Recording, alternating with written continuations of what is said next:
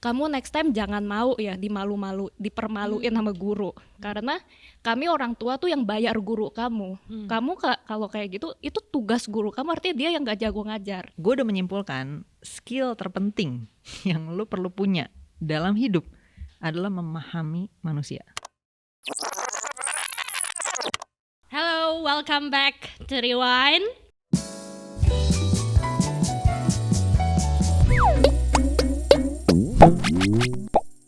Hari ini kita kedatangan seorang influencer, content creator yang sering mengajak audiens untuk berpikir, untuk mengajak audiens berlogika.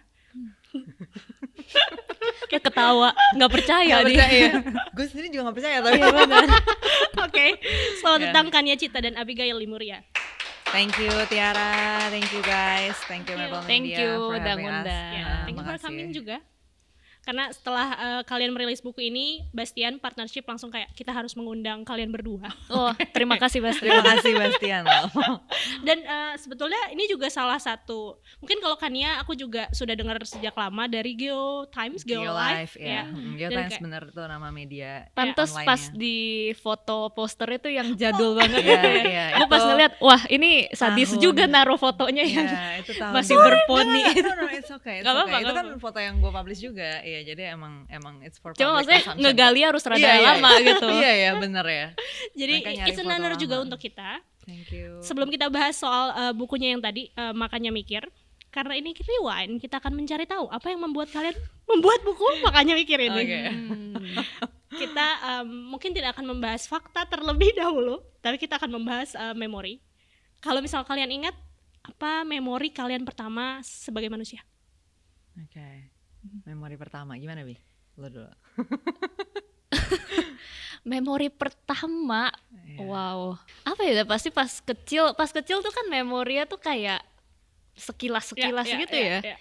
Gue mungkin inget itu sih, ada di salah satu rumah pas gue kecil itu kayak living roomnya terus ada anjing gue dulu gitu, paling kayak flashes of that gitu. Tapi gue nggak tahu itu yang pertama apa enggak ya, soalnya kayak Tapi memang itu tidak fakta, balik lagi dong, karena itu kan Seingat kita. seingatnya iya. kita aja. Tapi berarti kayak kamu punya attachment dengan anjing itu?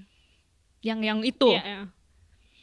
enggak Enggak juga sih, cuman kalau gue kayak pikir-pikir ya kayaknya itu deh yang teringat gitu.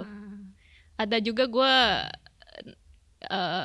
tapi ini udah pasti setelah yang anjing itu, soalnya rumah setelah itunya gue kayak nangis di pagar gitu, minta balik ke rumah yang yang waktu itu. Karena pertanyaan ini aku pernah tanyain ke Coki Pardede, dan ternyata memori pertama dia yang dia ingat itu ternyata mungkin berhubungan juga dengan apa yang dia pikirkan sekarang. Dulu tuh dia di rumah sakit, ibunya atau bokapnya adalah seorang dokter dan dia sering berhubungan dengan darah, berhubungan dengan yang mungkin seperti apa yang dia sekarang I kayak mean darknya dan sekarang gue sih attach banget ke anjing gue ya. I have my Iya, tapi kalau yang anjing yang waktu itu sih enggak gitu. Iya, iya. I love dogs. I love dogs ya. Maybe that's why. kan ya. Gue kayaknya mungkin ini the earliest memory, tapi bisa jadi yang lebih tua dari ini. Cuman yang gue selalu ingat paling pertama tuh adalah gue pernah kayak kebangun gitu malam. Terus I think gue kayak mimpi buruk, maybe I had a nightmare. Terus gue manggil nyokap gue. Terus nyokap gue datang. Terus gue dipeluk sama nyokap gue. Terus gue digendong. Terus gue pernah nanya kayak, itu gue umur berapa sih? Itu ternyata gue umur 2 tahun. Tapi gue ingat banget memori itu. It's very vivid di kepala gue. Wow. Dan dia ingat momen itu. Iya, karena gue spesifik banget nge-recall kejadiannya gitu. Iya. Ya kayak gue inget kayak gue berdiri, terus gue digendong sama nyokap gue. Tapi I think it also shows kayak apa ya, well I think seberapa nyokap gue has always been there aja mungkin ya buat gue. Jadi kenapa memori itu nyangkut banget gitu. Tapi kalau misalnya itu 2 tahun, ternyata itu mungkin salah satu memori yang pas gue tanya nih earliest banget. Karena biasanya tuh kayak 4 tahun, 5 tahun, kayak 2 years kayak. Tapi mungkin emang maksudnya development gue mungkin juga lumayan cepat ya. Karena kan kalau dilihat dari perjalanan berikutnya kayak di umur 3 atau 4 gue udah baca tulis gitu kan. Jadi kayak emang mungkin 3 dan 4 udah baca tulis. Iya gue Oke. kondisinya sih kebetulan Iya, kayak gitu ya di gue. Tapi maksudnya itu menunjukkan mungkin juga kan memori. Mungkin. Maksudnya mungkin juga gimana gue Iya. memahami situasi itu juga mungkin ada early gitu misalnya kan. Oke. Makanya gue punya memori Gue di sih nggak umur ingat segitu. itu umur berapa ya. Tapi lo gak pernah nanya ya? Iya. Kalau gue itu soalnya nanya ke Wah. nyokap gue. Bisa nanya sih. Jadi dari segi rumah kan itu kan kamu pindah kan?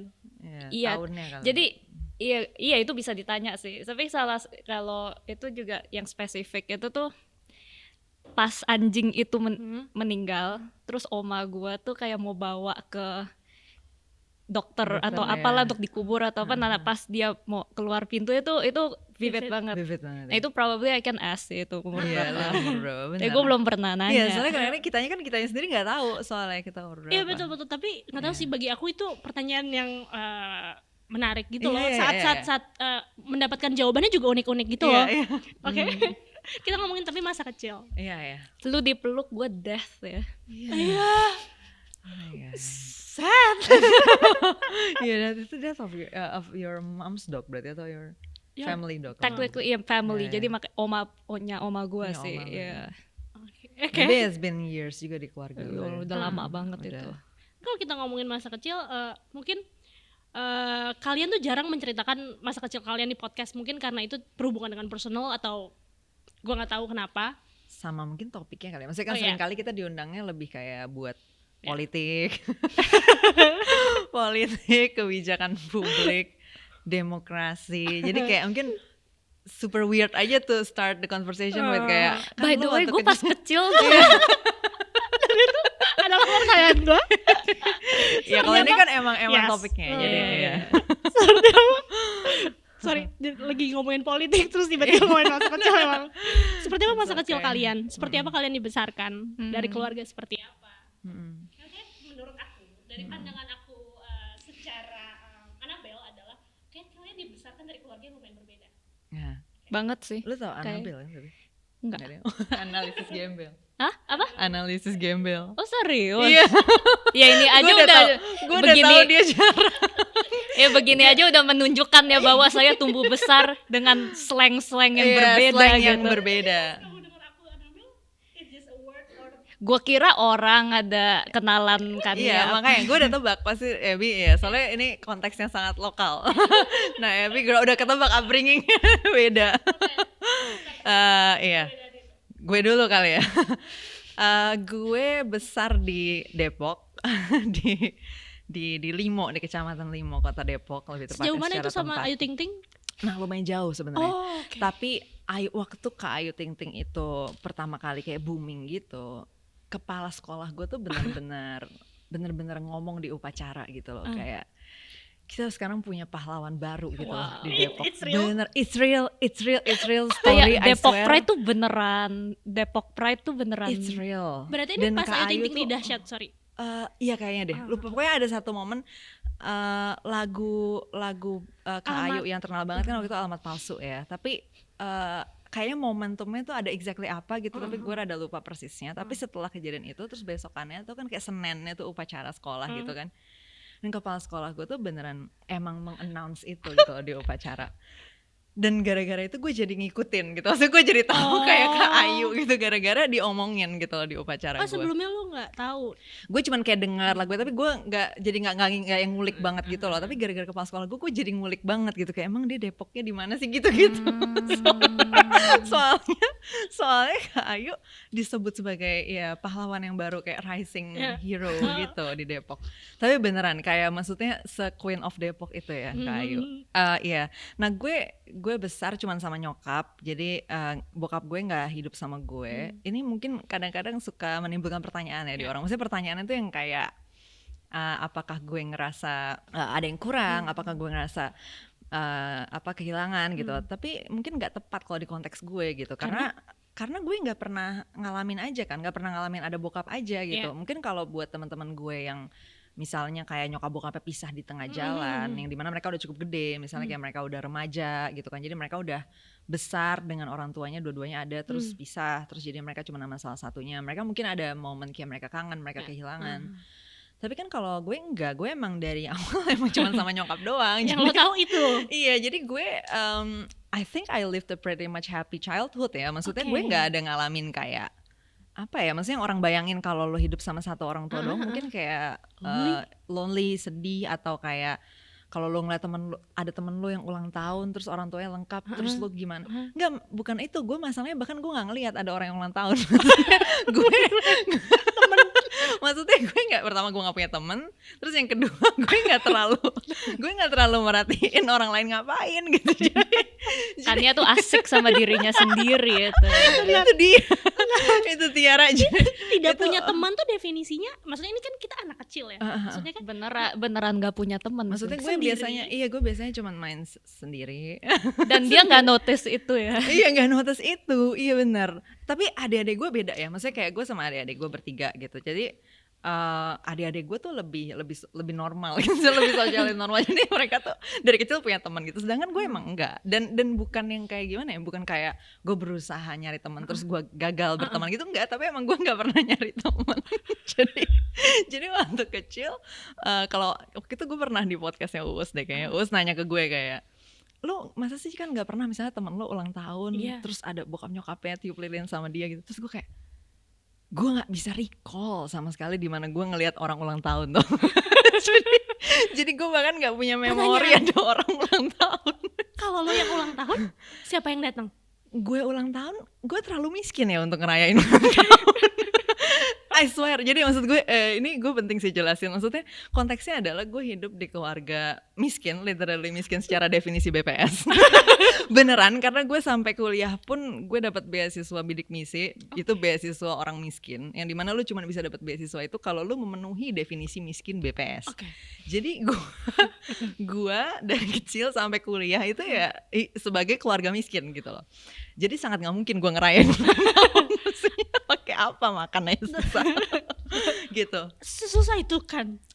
Sesusah, maksudnya gini, susah dalam definisi BPS itu waktu itu kalau nggak salah 500.000 per tanggungan maksimal ya. Jadi kalau lo anaknya 3, tanggungan lo berarti 4 sama nyokap lo gitu kan. Misalnya nyokap anak 3, berarti kira-kira 2 juta per bulan lah income keluarganya gitu. Yang pasti di rumah gue nggak ada internet, nggak ada gadget. Gue nggak punya handphone berinternet sampai SMA kelas 3 gitu. Jadi di zaman orang-orang udah pakai BlackBerry pas gue SD actually. Jadi waktu gue kelas 6 SD di SD Negeri 502 yang saya itu sebenarnya SD negeri gitu ya. Tapi udah ada teman-teman gue yang bawa BlackBerry dong ke sekolah. Nah itu gue notice karena mereka pakai itu secara fungsional gitu loh. Jadi mereka kayak komunikasinya pakai itu. Jadi gue ngeliat nih ada teknologi buat melakukan ini. Nah tapi di situ gue nggak terlalu ngerasa gue butuh juga sih. Jadi gue juga nggak ada perasaan kayak gue butuh punya ini nih gitu. Dan soalnya gue gimana ya, jadi gue tuh secara ekonomi kurang, maksudnya definisi dari statistiknya kayak gitu. Tapi sebenarnya gue nggak pernah mengalami momen di mana kayak gue pengen deh bisa punya ini, bisa punya ini, itu nggak pernah. Karena gitu. lu nggak punya temen. Karena gue nggak punya teman, nggak punya pembanding. Dan yang ketiga, gue suka nggak ngerasa butuh juga. Maksudnya kayak kebutuhan gue minimal aja gitu. Gue kayak oke lah dia punya itu, oke lah gitu, nggak yang terlalu gue kayak harus banget punya itu atau gimana gitu. Jadi bertanya, apa mungkin nyokap lo melengkapi lo dengan kasih sayang, dengan hal-hal yang lo rasa itu sudah memfulfill lo waktu kecil? Mungkin lebih ke arah nyokap gue nggak pernah ngajarin gue banding-bandingin kali ya. Maksudnya dia nggak pernah kayak mungkin kan kalau di Indonesia suka ada, kalau di sinetron ya gue lihat ya seenggaknya ya, kan suka ada kayak lihat tuh tetangga kita punya mobil ini gitu kan. Sedangkan gue di nyokap gue nggak ada omongan kayak gitu sama sekali gitu. Jadi it's more like lo define kebutuhan lo apa, terus ya udah lo penuhin kebutuhan lo sesuai dengan yang lo butuhin aja gitu. Lo nggak perlu ngerasa yang dibutuhin orang lain, dimiliki orang lain tuh lo butuh juga kayak gitu. Lumayan unik ya. Kayaknya agak berbeda dengan Abby. Mungkin. Kayaknya coba dari statistik BPS. Kalau Abby upbringingnya beda nih pasti nih. Udah pasti bukan di Depok. Itu udah pasti for sure. Benar. Gua upbringingnya itu dulu di Tomang. Di Tomang tuh Jakarta kan ya. Barat. Jadi actually tadi gue ngerefleksi lagi. Earlier memory gue juga mungkin itu pas gue umur 4 tahun ya. 4 tahun? Iya 4 tahun itu tuh keluarga gue packing tas karena 98 gitu. Jadi itu juga kayak terus nontonin TV gitu. Gue waktu itu nggak ngerti kenapa semua orang pada takut gitu. Jadi gue ditomang tuh waktu itu. Sebenarnya kalau misalnya ngomongin tadi apa bracket apa sih ekonomi? Iya, ekonomi sosial SSE lah. Ya gue nggak tahu ya. Gue tuh masuk mana. Cuman I know keluarga gue tuh ngalamin banyak perubahan ekonomi gitu lah selama karena kejadian itu juga. Kejadian itu, terus abis itu gue inget juga pernah sempet jatuh secara ekonomi. Abis itu mereka naik lagi gitu. Jadi ada banyak lah gitu. Mungkin tuh konteks orang tua gue tuh sangat beruntung bisa waktu zamannya mereka waktu itu tuh bisa kuliah di Amerika. Dan itu tuh bukan karena mereka dari keluarga yang mampu, tapi karena ada yang sponsorin gitu loh. Kayak dan dua-duanya beda gitu kan. Kayak bokap gue tuh punya cici yang hebat banget. Mereka juga kayaknya bisa tergolong miskin dulu gitu, kayak tinggal di gang gitu. Cuman cici itu bener-bener work hard di konteks dulu ya, yang rasisme segala masih kayak gitu. Dan dia tuh akhirnya bisa biayain untuk satu keluarga itu. Dia punya 9 adik. Dan dia sampai bisa biayain bokap gue yang anak ke-10 kuliah ke US. Itu sehebat itulah gitu ya. Dan itu tuh jadi terus nyokap gue juga dibiayain sama ada disponsorin gitu. Akhirnya mereka ketemu di US gitu. Jadi very privileged lah in that sense. Abis itu mungkin karena konteksnya itu, jadi yang gue ingat selama tumbuh besar itu selalu pendidikan tuh yang di nomor satuin banget sama orang tua gue. Dan gue tuh dulu nyebelin ya, jadi anak tuh suka nanya terus gitu ke orang tua, ke semua orang, ke semua orang, dan suka ngejawabnya juga kalau ditanya balik nyolot gitu. Kayak gue semuanya gue tanyain, kayak gue ngeliat nenek gue pakai tongkat gitu, itu tongkatnya kenapa panjangnya segitu, kenapa atasnya melengkung gitu, kenapa warnanya gitu, hanya terus sampai. Nah tapi mungkin karena orang tua gue sangat value pendidikan, dijawabin. Gue nggak pernah kayak apa sih bocah diem aja gitu, nggak pernah with digituin. logic atau kayak udah biar cepet selesai. Beneran dijawab dengan serius gitu. Terus kayak waktu itu gue inget banyak conversation lucu-lucu yang aneh-aneh aja sih. Kayak misalnya orang tua gue suruh gue kayak, kamu nih udah umur 5 tahun gitu, ayo udah harus tidur sendiri, kamu kan udah dewasa gitu kan. Terus gue mikir, tapi kan kalau mami papi masih tidur berdua masa kan gak, artinya mami papi gak dewasa dong, kenapa aku harus tidur sendiri gitu. Nah itu terus mereka kayak ketawa gitu, dan mereka kayak tanggepin. Terus habis itu kayak, tapi kamu punya teman kan? Nah gue juga kesulitan punya teman. Tapi gue notice bedanya itu. Bedanya itu mungkin. Kita pernah ngobrol lagi. Tapi gue juga maksudnya nggak yang sampai kayak kecarian banget ya. Gue pengen jadi populer nih, gue pengen punya teman banyak, itu enggak sih. Cuman gue notice. Tapi gue nggak terlalu main juga gitu. Gue kalau pas TK gitu tuh kayak yang suka menyendiri atau yang fokus ke pelajaran aja gitu loh tipenya gitu.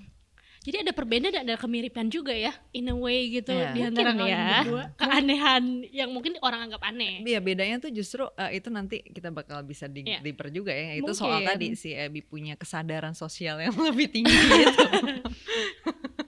Mungkin ya. Iya, tapi gue ingat itu. Terus juga soal sekolah tuh gue banyak kayak waktu itu pernah sekali gue inget banget. Gue kan biasanya kalau dapat PR atau belajar di sekolah tuh kayak oke aja gitu, bisa aja.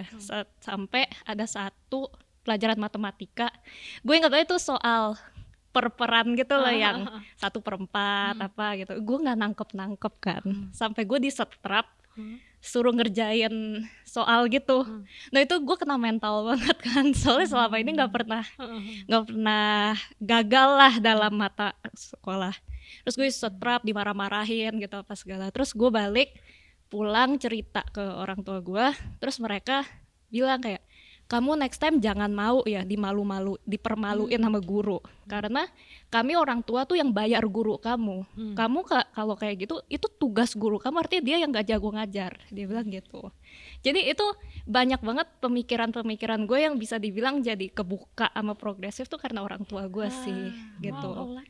Iya, jadi I owe it to them lah, mereka bener-bener nge-instill ke gue gitu ya. Terus waktu gue masih kecil, tiap pulang sekolah mereka nanya kayak, kamu ada nanya apa ke guru di sekolah gitu, bukannya kamu belajar apa ya, kamu nanya apa. Itu menurut gue udah one step further dari kamu belajar apa doang. Dan kamu ngejelasin. Dan gue ngejelasin dan mereka tuh ngedengerin gitu. Jadi mungkin karena itu gue jadi confident ngejelasin ya. Soalnya dari kecil tuh kayak didengerin gitu dan di take seriously sama my parents. I guess so. Jadi itu sih mungkin konteks growing up ya. Oke, ada 2 kesamaan dari kalian tadi. Kalian kayaknya sama-sama suka belajar. Iya. Dan itu sangat ini sih ya, belajarnya kayak kadang-kadang orang ngebayangin suka belajar tuh maksudnya kayak apa ya, kutu buku banget atau apa yang hobi ngerjain soal misalnya. Sebenarnya belum tentu kita berdua fit that definition ya. Cuman kalau suka belajar dengan pengertian maksudnya punya rasa penasaran atau curiosity, punya rasa pengen tahu lah gitu ya, pengen tahu dan banyak nanya.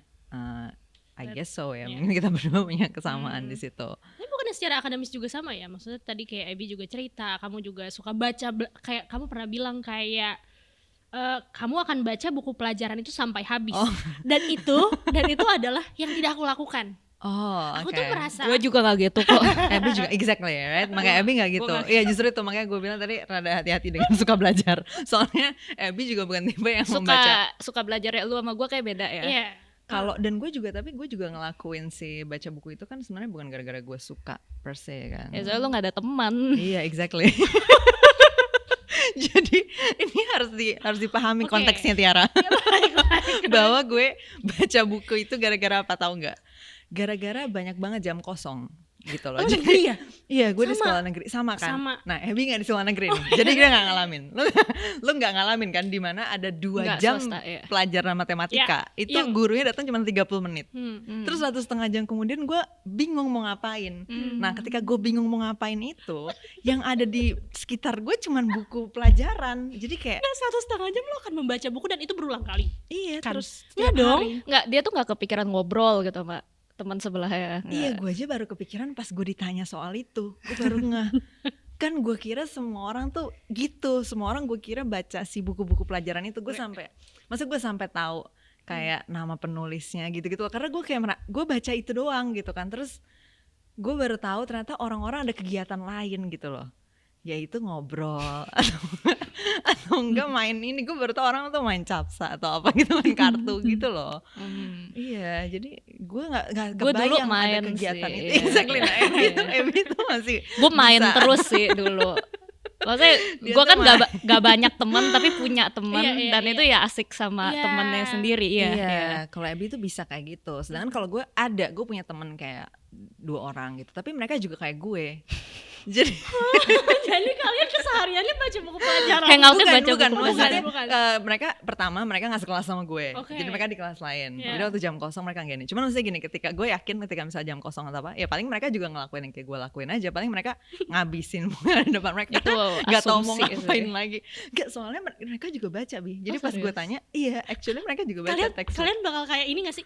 Kamu tahu nggak sih siapa yang nulis ini gitu? Enggak sih. Enggak. Kita nggak comparing notes, enggak. Cuman maksud gue kita sama-sama nggak yang hangout gitu atau maksudnya kayak ngobrol atau ini gitu. Jadi ya akhirnya gue jadi nggak punya habit itu. Tapi gue baru ngeh juga bahwa maksudnya orang lain bisa punya aktivitas itu. Which actually setelah gue udah besar dan maksudnya udah belajar dan bertumbuh secara sosial dan akhirnya gue bisa punya teman dan ngobrol. Ternyata emang seru juga ya ngobrol. Terus gue jadi kayak Oh man, gue missing out banget waktu gue SMP SMA gue nggak ngobrol. Ini tuh Gitu. berarti bukan hanya SD ya, berarti sampai SMA. Justru the earliest memory gue recall, maksudnya gue ingat ada Iya. banyak jam kosong dan gue Oh, iya, nggak iya, ngapa-ngapain tuh SMP sih. Ya, jadi maksudnya kalau waktu SD kayaknya gue masih yang kayak main, gue nggak tahu deh lu pada kenal nggak sih main karet tuh yang karetnya disambung-sambung-sambung jadi Oh, banyak. tahu gue. Lompat tali kan? Oh, tapi sebutannya kalau di gue gitu ampera.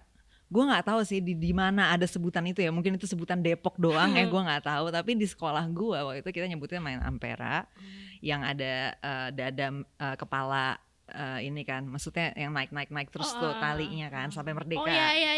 Ya kan. Nah, gue mainan itu atau SD. Gue punya memori gue main itu. Gue main apa namanya tuh Benteng. Oh, iya. Ini main nggak? Gue main benteng main. Gue main bekel. Oh iya. Congklak gitu-gitu. Gue main kayak gitu. Jadi the earliest memory gue nggak main tuh SMP gitu. Nah mungkin karena di SMP gue pertama gue pindah dari Depok ke Jakarta, maksudnya sekolahnya. Jadi gue SMP-nya di Jakarta. Mungkin tradisi Jakarta beda, gue nggak tahu ya. Tapi gue soalnya nggak ngalamin lagi main itu pas SMP. Nah terus juga SD gue kan kayak SD biasa aja, maksudnya kayak ya SD tepian lah ya. Swasta ya tapi ya. negeri negeri SD juga. negeri 502. Ya kalau lu lihat di peta harusnya bisa kelihatan lah dari bentuknya gitu. Maksudnya dari bentuknya kayak ya udah nih SD negeri pada umumnya gitu. Sedangkan waktu gue ke SMP, gue tuh di SMP unggulan nih gitu. Saya SMP favorit nih, SMP 85 ya. Gue nggak tahu sekarang masih favorit atau enggak. Mungkin harus dicek. Tapi yang pasti sebelahan sama SMA-nya Raisa. 34. Jadi emang Fun fact ya. Iya, fun fact-nya Kak Raisa itu sebelahan ya, kita mau tahu SMP ya. Sekolahnya dia di 34 itu sebelahan sama 85. Nah, karena dia SMP favorit, pertama kuota buat luar Jakarta tuh kecil. Jadi kebanyakan di situ tuh orang Jakarta gitu, itu satu. Dan yang kedua, tentu saja perekonomiannya cenderung di atas ya. Jadi mungkin mereka mainnya tuh kayak kepim gitu ya, maksudnya bukan main ampera tapi kayak kepim itu belanja gitu, maksudnya shopping, which something I cannot afford kan. Jadi gue pasti nggak ikutan mainan itu gitu. Jadi kayak maksudnya mainan yang ada di sekolah pun mungkin kayak mainan yang lumayan mahal, kayak misalnya mereka kayak mungkin ngomongin apa ya, PS mungkin Nintendo, mainan-mainan kayak gitu yang gadget base gitu loh. Jadi gue pasti nggak tahu. Terus main yang internet gitu loh, yang kayak apa sih yang di internet gitu, misalnya kayak The Sims gitu nggak sih? Jadi kayak kamu nggak main sama ya aku mainnya di mana ya sayang? ada Boro-boro ini kan? beli komputer ya, radio aja nggak punya ya, gimana adanya Kan komputer? ada apa Di lab? sekolah waktu itu baru ada lab gue di kelas di tahun ketiga kayaknya, nggak dari awal ada. Terus juga yang kedua itu kan cuma bisa dipakai di jam Iya. pelajaran TIK ya, nama pelajarannya waktu TIK. TIK. Dan udah gitu cuma dipakai buat kayak Microsoft Office ya kan, Ya, belajar Microsoft Word, ngetik ya. di MS Word kayak gitu loh. Jadi bukan yang connect internet terus main The Sims kan. Sementara kalau mereka kan mainnya Kamu di pernah rumah. ke warnet nggak tapi? Gue Iya, pernah. kalau gue pasti gue selalu ke warnet kan, Iya. karena internet cuma ada di warnet Dulu kalau suka gue. ke warnet ya. Apa yang kalian buka? Jujur aku primbon. Oke. Apaan? Buka di warnet ngapain? Di warnet. Ya. Gue main itu game Spyro yang apa, naga ungu. Lu tahu gak sih? Gila itu seru banget. It's so cool. Spyro gitu. Games. Gue tuh baru tahu di warnet bisa main game kayak waktu gue kuliah gitu. Terus kamu buka apa, Chan? Kan gue waktu itu di warnet kan Baca terbatas lagi. ya waktunya kan terbatas nih. Iya. Gue mesti ngerjain PR aja. Jadi lu ngerjain PR Ngerjain di sana. tugas. Abis itu ya gue ada lomba karya tulis gitu kan. Jadi researchnya banyak banget kan, kalau lagi penelitian kayak gitu kan lu mesti research banyak banget. Sementara duit gue cuma cukup kayak buat 2 jam gitu. Jadi gue nggak mungkin belajar sempat. juga di warnet. Nah sebenarnya gimana ya, gue tuh rada gasrek nyebut Tapi itu ini kelas belajar berapa ya. sih? SMP kelas 2. Oh SMP. Oh, oke.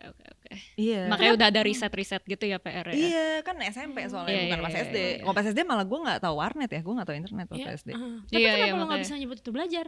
Nah gini, kalau gue sendiri ya, ketika gue nyebut gue lagi belajar nih, itu tuh spesifik banget nih. Maksud gue adalah gue lagi mau membangun suatu skill atau menambah suatu wawasan ke dalam diri gue gitu. Oke. Misalnya kayak gue lagi belajar, kayak sekarang nih gue lagi belajar baca manga. Nah itu maksudnya Iya. gue tuh sebelumnya nggak bisa baca manga gara-gara gue tuh suka nggak tahu urutan ngomongnya gitu loh. Kiri Jadi kayak kanan. kan kiri kanan emang defaultnya Enggak dong, standarnya kiri kanan kanan. kiri. Kanan kiri, iya kanan kiri. Ah. Kanan kiri kan.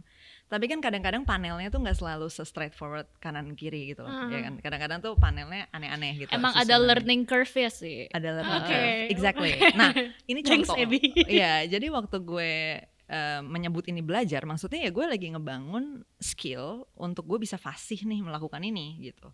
Nah tapi kalau gue bukan lagi melakukan itu, gue nggak akan sebut itu belajar. Ya maksud gue belajar tuh spesifik nih buat gue. Belajar itu adalah aktivitas di mana lu lagi ngebangun suatu skill atau menambah suatu wawasan baru ke dalam otak lu nih, ke dalam memori lu.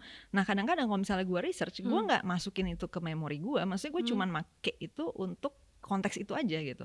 Oke. Ya kan misalnya kayak let's say gini deh, Abby misalnya bikin konten nih buat WhatsApp Indonesia. Dia mungkin ngelakuin mini research lah gitu, misalnya kayak fact finding, misalnya Abby ngomongin apa kemarin korupsi Pertamina misalnya, mungkin dia baca nih ada apa sih di kasus Pertamina ini. Tapi gue nggak yakin Abby akan masukin itu semua ke dalam otaknya, maksudnya harus diingat gitu. Itu kan cuman buat ya udah gue bakal ngonten ini sekarang, gue udah paham isunya, buat orang ngerti juga isunya, udah selesai. Dan menurut gue itu bukan aktivitas belajar kalau buat gue ya gitu. Learning itu ketika terjadi suatu peningkatan skill atau wawasan yang nempel nih di dalam diri lo. Itu yang gue sebut learning. Kayak lo belajar jalan, lo dari tadi nggak bisa jalan, lo bangun skill buat jalan, buat lari, buat baca manga, buat kayak podcast mungkin, Tiara mungkin belajar nih buat nge-hostnya makin enak atau apa ya, along the way lo secara intentional, secara sengaja lo mencari strateginya gitu, lo nyari evaluasinya, monitor apa ya, monitoring dan evaluasi dan koreksinya gitu, gimana supaya lebih bagus lagi misalnya nge-hostnya, itu belajar. Tapi kalau gue research untuk tadi lomba gitu kan, gue kan nggak mengingat apapun yang di situ. Sebenarnya gue udah nggak inget sekarang apa yang ada di situ gitu. Gue nggak ngebangun itu, tapi gue belajar melakukan research lewat itu betul. Tapi yang gue lakukan di warnet itu bukan belajar menurut gue gitu. Itu adalah mencari informasi. Iya. Dan mencari informasi dan belajar buat gue adalah dua hal yang berbeda gitu. Oke, interesting. Itu You sih. agree? Sure. Oke. Gitu. Karena balik lagi nih, kalau ke aku adalah orang yang merasa dulu kayak kenapa ya sistem pendidikan kita kayak gini, dan membuat aku mendingan aku tidur aja. Aku Make ada, sense? ya. Tapi maksudnya kan kalian mengambil cara yang berbeda. Iya dong. Walaupun maksudnya gue nggak tidur gitu ya? Iya. Abby tapi tidur. Jujur. Oh enggak, Abby pendidikannya bagus. Itu dia. Dia di swasta. Benar. Dan bagus lagi maksudnya. Makanya mungkin iya, pengertian private gue school yang akan bagus. belajar di sekolah tuh beda dari Iya, lo. karena mungkin dia ngalamin Oh, proses iya, proses belajar gitu loh Tiara di sekolah. Kalau gue dulu tuh di sekolah beneran belajar karena ya tentu ada ya anak-anak di kelas gue, maksudnya nggak bagus ya, nggak kayak wah bagus banget, enggak sih gitu. Gue nggak tahu bayangan lu tentang sekolah-sekolah ini gitu ya. Cuman banyak juga yang asal ngafalin atau asal ngerjain udah gitu. Tapi gue tuh emang genuinely demen dan untuk gue itu seru. Karena menurut gue, gue bisa belajar kosakata baru, gue bisa belajar konsep baru. Terus akhirnya gue ketika ngelihat dunia tuh lebih bisa paham gitu. Bahkan hal sereceh kayak gue dulu ambil kelas gambar, terus dikasih tahu sama guru gue ada color theory gitu loh, yang misalnya apalah gitu ya kan, Abby kayak ngajarin itu ke gue. iya kayak misalnya kalau lu mau bikin sesuatu tuh yang kayak kontras banget tuh, itu tuh ada color wheel, terus kayak merah tuh lawannya biru, jadi kalau gua taruh kayak gini nih pasti kontras banget nih gitu. Itu namanya complementary color gitu apa segala. Itu kan sebenarnya kayak gua nggak akan pakai ini gitu. Cuman gua hafalin tuh kayak namanya complementary apa. Tapi terus ternyata lu pakai itu. Terus ternyata pakai gitu. Karena lu ketemu gue. Benar. Dan ternyata gue perlu ngawasin desain gitu kan. Ternyata visual gue ngaco. Bener. Tapi dulu gue tuh kayak dia ngajarin gue pakai itu. Gue jadi jalan ke mall atau apa, gue ngeliatin nih, ini pakai teknik komplementer apa, emang kayak emang demen aja sih kayak gitu. Terus kalau misalnya belajar biologi atau IPA gitu ya, gue beneran coba pahamin, nggak sekedar ngafal gitu. Kayak misalnya nama Ensofagus gitu, itu tuh kenapa, akar katanya apa gitu. Gue research sendiri gitu, karena emang karena akar katanya kan Latin ya, ini jadi lebih gampang gitu nginget ya.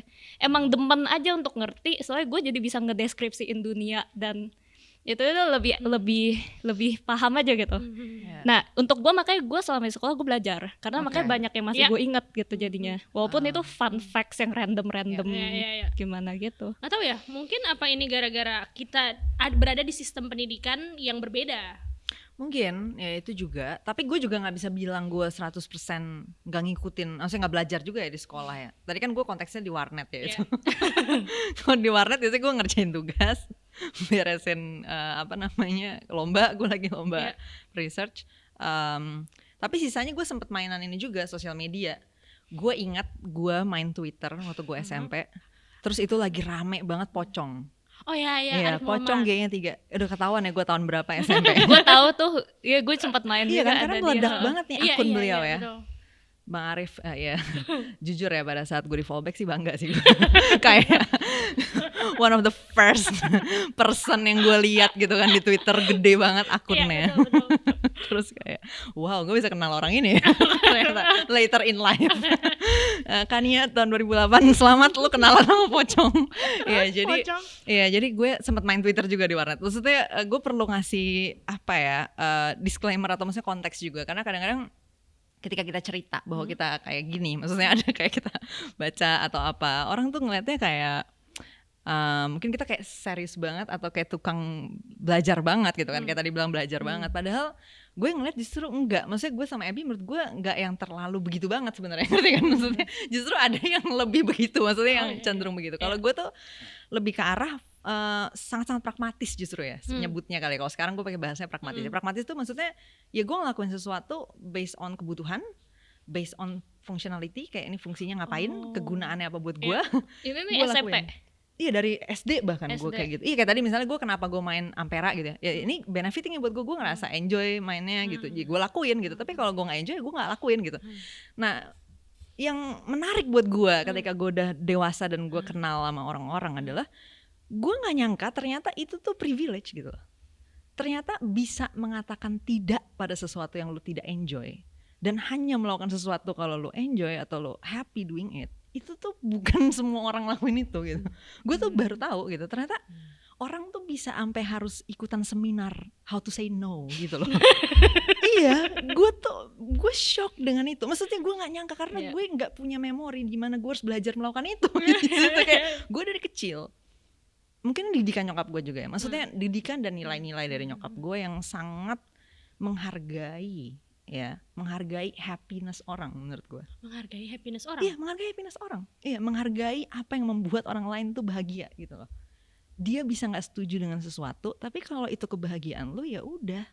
Sebenarnya nilai sesimpel itu. Buat gue privilege yang luar biasa ternyata. Gitu, bahwa di banyak keluarga lain yang gue akhirnya temuin dari teman-teman gue gitu ya, ternyata gue tahu yang akhirnya lu temui teman itu. Iya, teman itu akhirnya gue temuin. Yeay, kan dia punya teman. Iya, jadi pada saat gue udah punya teman dan gue ngobrol sama mereka dan tahu gimana mereka tumbuh dulu gitu ya, ternyata mereka mengalami banyak sekali batasan yang tidak perlu gitu. Batasan yang tidak perlu dan suruhan yang tidak perlu gitu. Kayak lo harus ngelakuin ini padahal buat apa? Itu sebenarnya nggak ada manfaatnya gitu. Atau enggak kayak lo nggak boleh ngelakuin ini padahal kayak kenapa? Itu nggak ada harm ke siapapun sebenarnya. Tapi lo dilarang ngelakuin itu gitu. Dan gue melihat itu sangat-sangat membuat bahagia itu jadi sulit gitu. Padahal seharusnya jauh lebih mudah dari itu gitu. Karena nilai-nilai dan mungkin cara pandang yang sebenarnya tidak berdasar pada apapun, yang kemudian membatasi pilihan orang gitu. Nah sedangkan gue dari kecil selalu dibiasain untuk mengetahui kayak what do I want gitu loh. Kayak apa yang gue mau, gue nyari apa nih dari sini kayak gitu. Jadi justru gue sangat pragmatis dalam hal kayak apa yang gue baca, apa yang gue pelajarin itu ya sesuai dengan gue butuh ini nih untuk bikin keputusan soal ini. Kayak misalnya gue waktu SMP gitu kan, terus ya gue mau bergaul suatu tempat gitu ya, nah gue tuh pelajarin dulu gitu di tempat itu tuh bakal ada apaan aja. Nah itu gue research di Google. Gue nyari tahu gitu bentuk-bentuk, misalnya kayak lo harus hati-hati kan untuk mengkonsumsi sesuatu.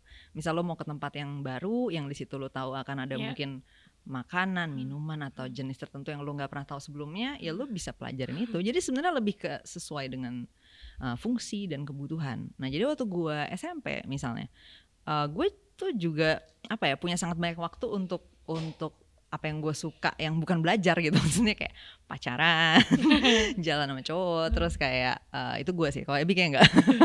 Terus kayak gue belajar main musik, terus habis itu gue dapat kerjaan dari situ. Jadi gue mulai kerja dari SMP kayak gitu. Gue lakuin hal-hal yang maksudnya itu bukan di kelas, bukan akademik juga gue lakuin. Tapi emang ketika gue ngelakuin sesuatu ya cenderung, nah istilahnya kalau di buku kita yang kita bahas tuh kita ngomongin benefit gitu ya, cost benefit analysis. Gue udah lakuin itu dari kecil. Gue selalu memikirkan hitungan benefitnya gitu dari gue melakukan sesuatu gitu. Jadi justru gue ngelihatnya kenapa gue menjadi gue gitu, kenapa gue melakukan apa yang gue lakukan itu karena justru karena gue sangat-sangat perhitungan gitu ya secara manfaat tadi gitu. Kenapa ini gue lakuin buat apa sih gitu kan? Untuk diri sendiri. Untuk diri sendiri ataupun untuk orang lain bisa juga. Untuk orang lain dalam artian kayak ya misalnya gue emang pengen contribute untuk orang lain kan bisa juga gitu ya. Nah tapi di orang lain sebenarnya jadi bukan gara-gara gue kayak tukang rajin belajar atau si paling akademik terus orang enggak. Menurut gue enggak, justru cenderung tuh yang terjadi adalah ada banyak orang yang kurang memperhitungkan manfaat dari sesuatu. jadi kurang, kalau kita istilahnya di sini objective oriented principle gitu, kurang menimbang gitu ya. Dia ada di suatu tempat buat apa? Dia melakukan sesuatu buat apa? Dia membuang waktu atau energinya buat apa? Kayak gitu. Sedangkan kalau gue dari kecil banget nyokap gue tuh selalu nanya kenapa. Ya maksudnya kayak gue ngelakuin sesuatu, kenapa? Kamu kenapa kayak gini? Ngapain kayak gini? Gitu loh. Jadi kayak gue udah biasa ditanya gue ngelakuin sesuatu buat apa. Nah sedangkan ternyata pertanyaan ini bukan default question di banyak orang. Gitu. Kalau Abby, apakah Abby kayak selalu mempertanyakan apa yang harus Abby lakukan dari kecil, dari SD, SMP, SMA? Atau itu tuh baru terdevelop later in life? Ya. Menurut gue emang ada orang tuh bawaan ya. Kayak menurut gue kayak Kania gitu tuh mungkin upbringing, tapi ada juga bawaan yang dimana secara natural menurut gue ada orang yang lebih nggak enakan, ada Betul. orang yang lebih cuek dan sebagainya gitu. Nah kebetulan gue juga lumayan cuek, jadi maksudnya gue nggak, dan ini bahkan beberapa orang yang dekat sama gue juga bilang dan confirm bahwa gue nggak pernah ngeliat lu ngelakuin sesuatu karena nggak enak atau kasihan. Itu nggak pernah gitu. Nah jadi emang nggak ada aja gitu. Bukannya gue nggak pernah ngerasa kasihan sama orang gitu ya, atau nggak enak gitu, ada. Cuman kecil gitu, muted banget sampai itu nggak akan ngedorong sebuah aksi. Jadi ketika gue ngelakuin sesuatu ya, kalau gue nggak suka ya ngapain lakuin gitu. Mungkin dulu kalau pas kecil atau remaja pemikirannya sesimpel itu gitu kan, kayak kenapa gue belajar itu ya karena seru gitu kan. Kenapa gue demen dapat nilai bagus gitu, karena gue suka kompetitif aja gitu, gue nggak suka kalah gitu. Terus habis itu kenapa gue temenan sama ini nggak sama itu, kenapa gue pacaran sama cowok ini bukan tapi ya karena suka gitu. Nggak ada yang kayak karena aduh nggak enak nih kasihan dia gini gitu, nggak pernah, emang nggak pernah ada, secara natural aja sih. Jadi mungkin karena begitu jadi lebih clear ya. Dan gue juga pas sekolah tuh main terus, sumpah. Betul. Gue main terus, gue tuh dulu main sepeda tuh hampir tiap hari. Itu tuh SD mungkin ya. Sama temen kompleks siapalah gitu, kayak main sepeda terus. Gue nggak inget ngerjain PR, sumpah. Tapi lulus aja gitu. Terus pas di sekolah juga gue main terus. Gue tipe yang suka skip kelas juga. Kayak gue pernah waktu itu kelas apa gue skip terus ngapain lah, kayak makan atau apa, terus atau bercanda-bercanda. Ke mall nggak pernah, soalnya sekolah gue jauh banget dari mall, nggak mungkin. Itu aku soalnya. Mungkin deket ya. Di mana sih sekolahnya Tiara? Tangerang. Oh. Gue tuh di Sentul, Ampir Kayu itu kan nggak ada apa-apa. Jauh banget. Iya. Aku tahu. Abis itu harus skip 1 hari itu. Terus apa? Soalnya aku skip 1 hari. Oh, kamu sehari ya? Gue pernah sih sehari ke mall, cuman itu pas SD. SD justru. SMP SMA gue enggak. Terus iya kayak main-main. Terus yang lu tau gak sih yang suka ngerumpi di bagian belakang, ketawa-tawa sampai gurunya nangis, kesel. Itu gue tuh gitu. Dan teman-teman gue juga bilang gitu, gue nggak ngerti gimana lu tetap dapat nilai bagus gitu. Lu kapan ngerjain PR ya? Gue juga nggak inget ngerjain PR. Tiba-tiba ada. Dan dulu belum ada ChatGPT ya, jadi gue nggak curang nih, gue nggak pakai joki juga. Gue beneran mungkin karena dulu juga belum ada sosmed ya, fokus gue bagus banget kali ya, ngerjain cepet gitu, ngerjain cepet, dan gue nggak apalah embel-embel yang itu, nggak tahu, cuman ya seperti itu. Jadi basically I do what I want aja sih, nggak ada compulsion untuk aduh nggak enak apa. Justru malah gue tuh suka bingung bener yang kayak Kania, kayak suka orang nanya gitu kayak, Kak gimana ya supaya kita bisa lebih berani dalam nanya gitu misalnya, atau berani speak up gitu. Kenapa enggak? Ya gitu, kenapa enggak gitu nggak sih? Kalau lu pengen ya ngomong aja sih tinggal gitu, ngomong kayak aja, untuk nanya aja. atau ada yang kayak jadi drama banget hidupnya dan semua tuh karena nggak enakan dan kasihan sama orang gitu ya, akhirnya dia mengorbankan diri, akhirnya dia yang sengsara sendiri tapi udah terlanjur nyebur, terus ada ekspektasi orang apa dah gue tuh kayak ya tinggal gak usah aja nggak sih gitu. Tapi gue sekarang paham gitu bahwa itu juga ada mungkin natural ini juga tendensi factor. natural gue untuk gak ke efek separah itu tuh privilege juga. Betul. Gitu, bawaan. Gue juga punya privilege itu bawaan. Ada orang yang mereka nggak bisa help it, pasti kena gitu kan ke situ. Oke, mungkin kalau berhubungan sama diri gue, mungkin gue nggak clear kalian, karena di dalam momen dalam hidup gue pasti banyak kebingungan ya, mungkin pasti kalian juga, tapi kayak kayak dari cara banyak tapi nggak soal yang ini kan. Terus kayak tadi gue arahnya mau ke gimana pada akhirnya orang-orang seperti gue ini menemukan clearnya itu kan by doing ya, maksudnya kayak SMP SMA gue tuh yang kayak tadi kan, kayak gue sangat tidak mengerti kenapa gue harus duduk di sekolah. Jadi gue mengambil jalan pintas lain yang gue mungkin mencari di luar lah gitu. SMA juga sama, tapi jatuhnya lebih kayak ke rumah aja, di rumah kayak tidur lagi. Maksudnya gue mungkin sama mencari sesuatu yang gue senangi, karena gue merasa sekolah bukan hal yang gue senangi. Mungkin pertanyaannya, gimana mereka orang-orang, mungkin kita lebih kayak remaja sekarang lah ya, yang mungkin mengalami situasi kayak kita di saat sistem pendidikan di Indonesia tidak yang terbaik versi idealnya, dan kira-kira apa yang mereka harus lakukan. Karena diri gue agak menyesal kenapa gue tidak mendengarkan, at least mendengarkan matematika. Karena ternyata setelah gue pelajari itu nggak yang gue pinter banget ya, tapi kayak ternyata tuh banyak hal yang bisa gue pelajari dari matematika misalnya, atau misalnya biologi, ternyata banyak hal yang gue lost gitu. Dan gue rasa pasti di hari ini masih banyak juga orang-orang seperti gue. Dan apa yang harus dia ambil? Pertama sih gini Tiara, mungkin gue juga mesti ngasih konteks di mana itu ada kompleksitas juga di situ. Maksudnya tentu saja hidup bukan cuma soal apa yang lo mau. Maksudnya kadang-kadang ya kita harus memikirkan situasi juga yang kita hadapin. Kayak misalnya gue menjalani sekolah tentu tidak 100% yang gue enjoy aja ya kan, walaupun ada subjek-subjek misalnya gue nggak terlalu suka, ya udah gue nggak terlalu ngikutin banget, tapi gue tetap aja ketika mau ujian ya gue jaga minimal nilai gue berapa. Gara-garanya apa? Gara-gara gue miskin. Jadi gue butuh beasiswa untuk bisa nggak bayar uang sekolah, karena waktu itu beasiswa ranking 1, beasiswa lomba, itu emang gue kejar supaya gue nggak perlu ngeluarin duit buat bayar sekolah gitu.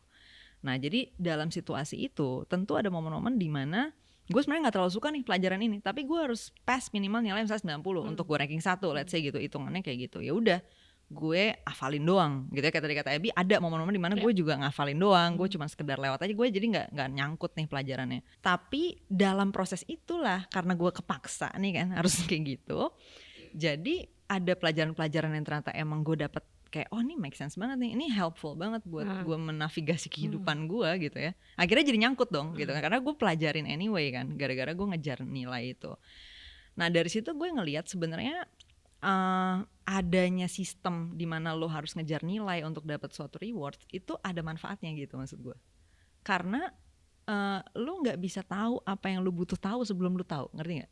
Ya kan, kayak tadi lo misalnya lu sebelum belajar matematika, lu nggak tahu gunanya matematika, masalahnya itu. Jadi ketika lu belum belajar, lu akan ngerasa itu nggak berguna. Masalahnya itu, ya kan. Dan ketika lu udah belajar, baru lu ngerti. Nah masalahnya untuk lu dari nggak belajar ke belajar ini gimana kan? Jadi dari pengalaman gue ngelihat sangat-sangat besar nih manfaat dari adanya ujian dan nilai. Tinggal gimana proses itu diimprove gitu loh maksud gue. Jadi salah satu yang gue temuin tuh itu dari proses belajar gue. Karena seperti yang gue bilang tadi, tidak semua proses belajar itu bisa kita bisa kita enjoy dari awal gitu. Bisa kayak gue suka nih mau belajar ini gitu. Itu unlikely banget gitu. Sangat-sangat kecil kemungkinannya kita melakukan itu. Karena tadi kita nggak tahu apa yang kita nggak tahu. Kita nggak paham di mana kita bodoh dan gimana kita keluar dari kebodohan itu. Karena kita baru ngerti gimana keluar dari itu ketika kita udah keluar kayak gitu loh. Nah jadi kalau ditanya kayak gimana nih orang-orang yang misalnya tadi gue ternyata miss out gitu kan, gue baru tahu belakangan supaya orang nggak gitu lagi. Ya pertama lo harus paham ini dulu yang barusan gue bilang. Lo nggak tahu apa yang lo nggak tahu. Itu dulu ya kan. Lo nggak tahu apa yang lo nggak tahu nih. Jadi ketika lo duduk di sekolah dan lo dengerin nih pelajaran apa gitu, jangan cepet-cepet menyimpulkan kayak ini nggak berguna nih buat gue. Nggak, masalahnya kalau lu belum paham itu, lu nggak tahu apa gunanya itu gitu. Itu masalahnya, ngerti nggak? Jadi gimana caranya lu menilai itu nggak berguna, sedangkan lu nggak paham itu gitu. Dan gue setiap kali ngelihat di topik perdebatan tentang matematika dan sains, itu terutama matematika yang paling sering disebut ya. Kayak misalnya omongan-omongan kayak nggak semua orang lah butuh belajar matematika gitu ya, atau enggak kalau anak mau jadi pelukis ya udahlah nggak usah belajar matematika misalnya gitu kan.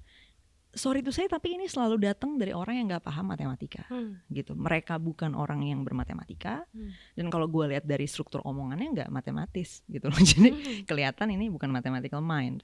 Nah, poinnya adalah bukan gue bilang pasti salah opini, enggak. Tapi maksud gue, kalau lu belum paham sesuatu, terus lu bilang sesuatu nggak berguna, basis bilang nggak bergunanya ini gimana, gitu. Sedangkan untuk lu tahu kebergunaan dari sesuatu itu masalah lu harus paham dulu, gitu.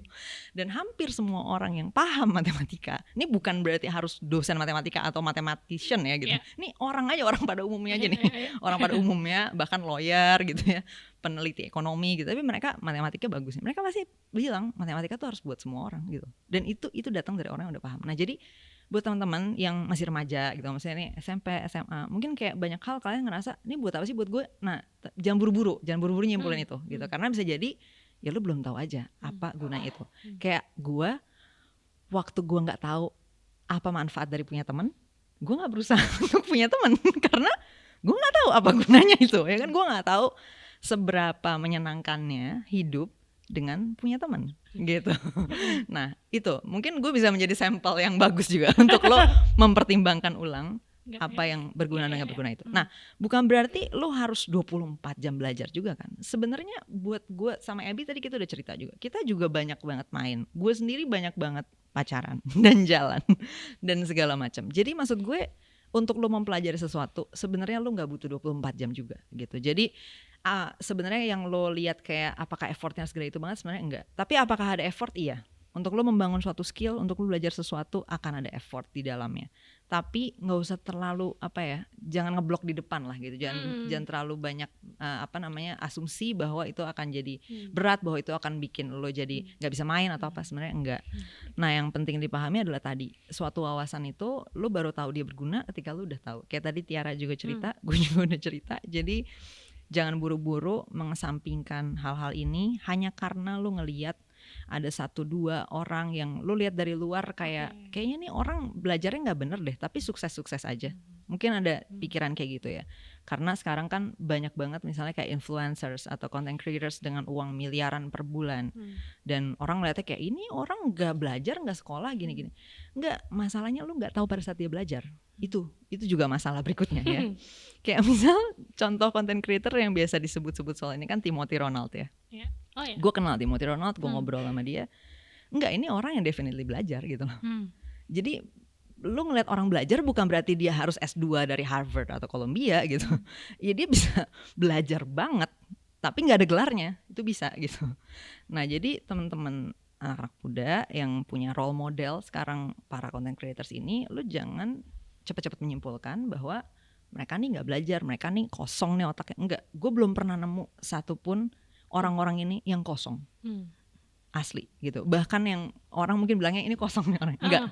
Mereka enggak kosong. Mereka sangat belajar, mereka sangat curious, mereka sangat research, mereka sangat mencari tahu apa yang works di dunia bisnis, apa yang works di dunia konten gini-gini setiap hari. Jadi ketika lu mau ke arah sini, sebenarnya harusnya satu hal yang lu pelajarin dari mereka semua adalah mereka sangat-sangat pembelajar, mereka sangat-sangat learning banget gitu. Jadi kalau misalnya yang lu tiru dari mereka adalah justru sebaliknya, ya itu udah salah jalan jelas gitu. Kalau dari Ebi? Ya, dan kalau misalnya tadi nambahin dikit dulu, definisi belajarnya juga sih. Untuk orang kayak banyak yang definisi belajar itu sangat sempit, yang dimana dibilang belajar ketika pelajarin biologi atau sejarah atau baca buku apalah yang textbook kayak Kania gitu pas SD kadang nggak punya teman gitu. Oh ini belajar nih gitu kan.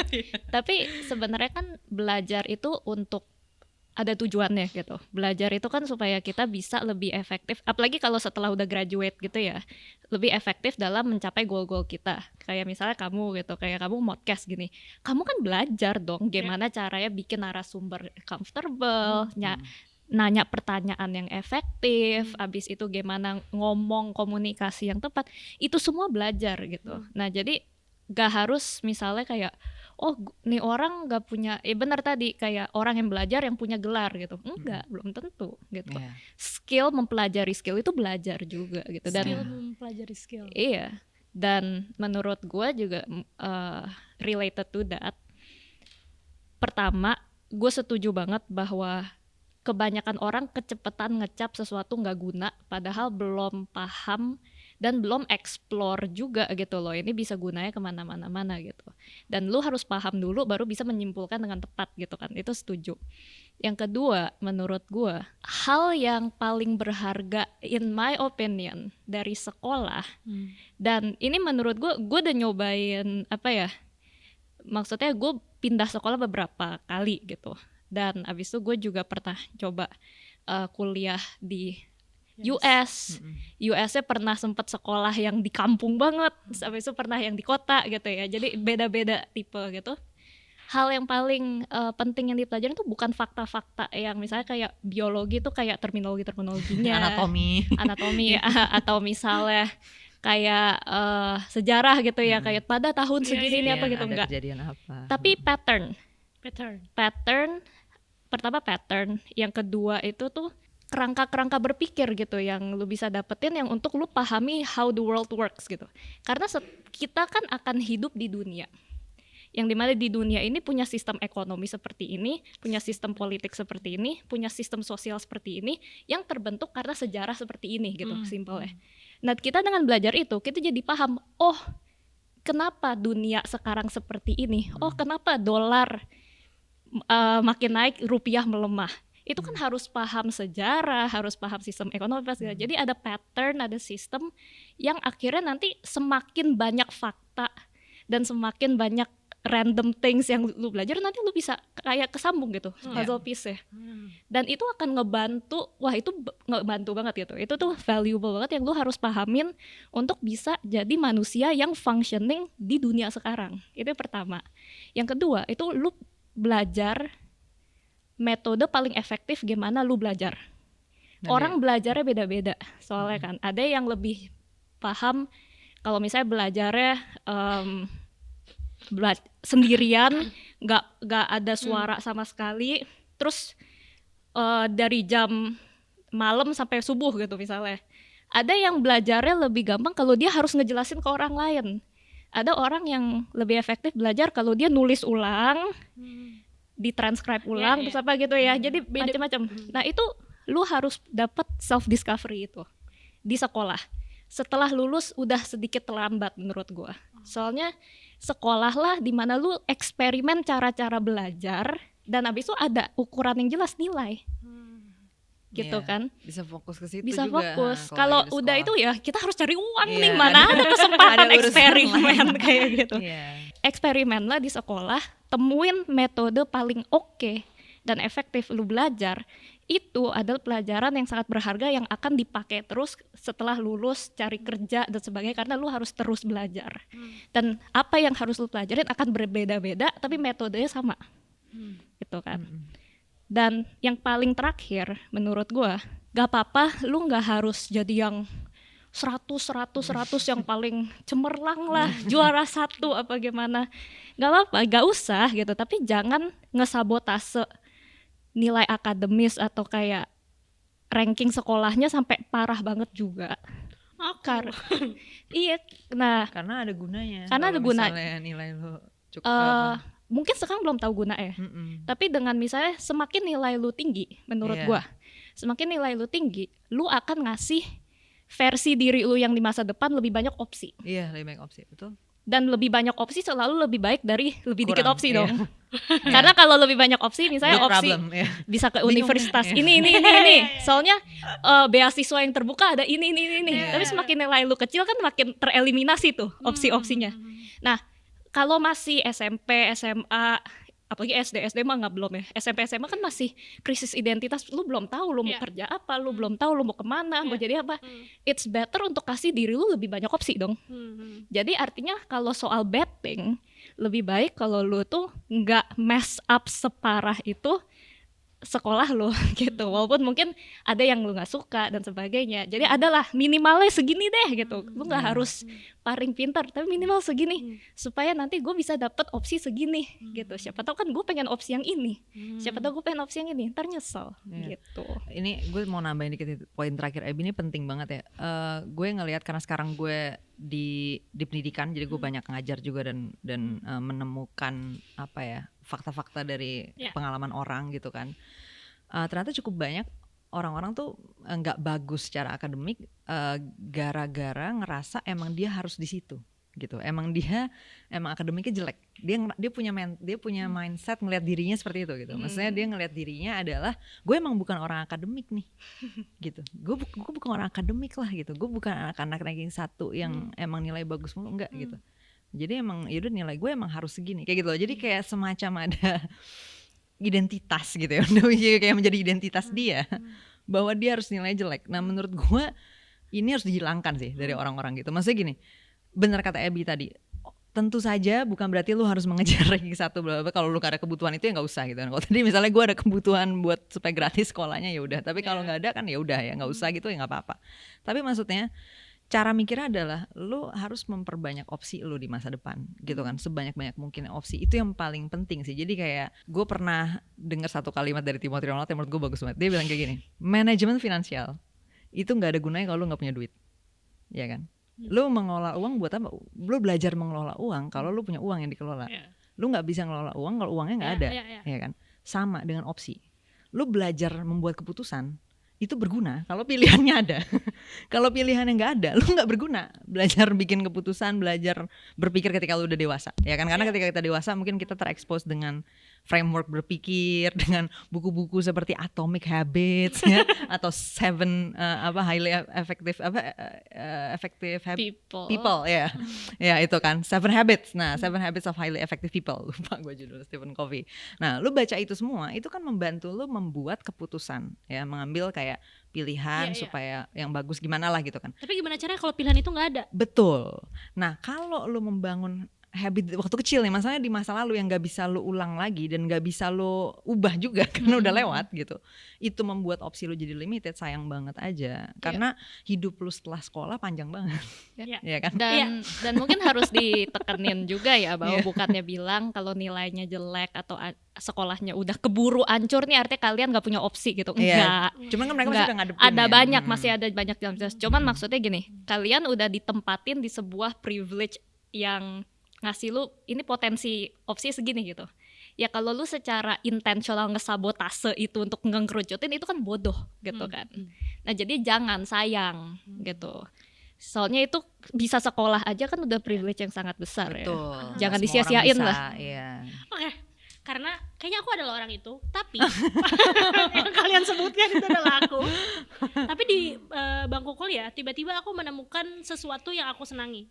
Ini adalah belajar yang tadi kalian bilang. Ini adalah proses belajar yang kayak, wow, ternyata dunia seperti ini ya. Dan gimana caranya kita dapat sesuatu dan apa yang bisa kita kasih balik dengan apa yang kita dapatkan. Dan itu gue pelajari di bangku kuliah.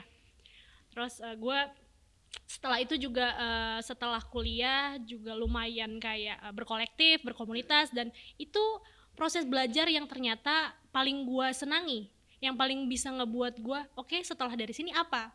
Karena dulu gue nggak punya pattern itu, tapi gue bisa menjawab sebenarnya kan kenapa orang-orang ini seperti itu tadi.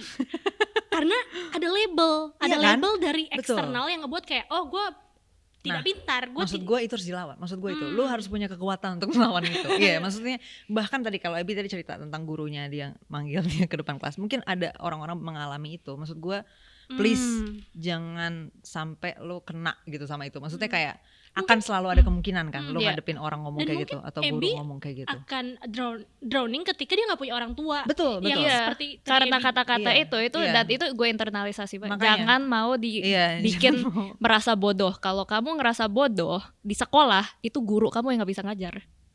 Bukan kamunya yang bodoh. Kita semua start from zero kok. Emang nggak, ya kalau udah pinter udah tahu semuanya ngapain sekolah. Duduk di situ lagi. Iya, gitu. Jadi jangan mau terima itu. Jangan mau terima omongan-omongan itu. Ketika lu, maksudnya nggak ada dikotomi anak gaul harus bego, itu salah banget menurut gue. Kayak lu bisa gaul dan cerdas ada cinta. dan oke dan Cinta ADC. Ada apa dengan cinta ya? Cinta tetap pinter ya? Oh ya, Cinta dan Rangga ya, benar. Ada Cinta dan Rangga yang dengar-dengar pinter ya. Gue nggak lupa ceritanya. Gue belum pernah nonton sih. Oke, gue udah nonton dan gue suka banget. Anyway, lu tetap bisa nonton AADC, lu tetap bisa baca Teen Lit, dan itu nggak berarti lo bego. Itu nggak berarti lo harus menjadi orang yang nilai akademiknya harus jelek atau apa segala macam, enggak gitu. Itu menurut gue dikotomi juga harus dibuang sih. Oke. Gue belajar banyak juga hari ini. Tadi ada kayak part yang kalian omongin soal dunia itu kan panjang ya setelah kita lulus kuliah. Emang ya kayak banyak banget yang bakal terjadi di depan yang mungkin entah kita sudah antisipasi atau enggak. Tapi ada nggak satu roughness dalam kehidupan kalian yang mengubah cara kalian berpikir? Kayak banyak lah. Iya. Ada part-part yang bisa diceritain nggak? Kalau setelah lulus kuliah ya, tentunya banyak banget pemikiran gua atau world view atau pandangan yang ternyata keliru, kurang tepat, kurang efektif, jadi harus diubah gitu. Dan ngubah sesuatu kayak cara pandang itu kan sangat integral ke diri ya.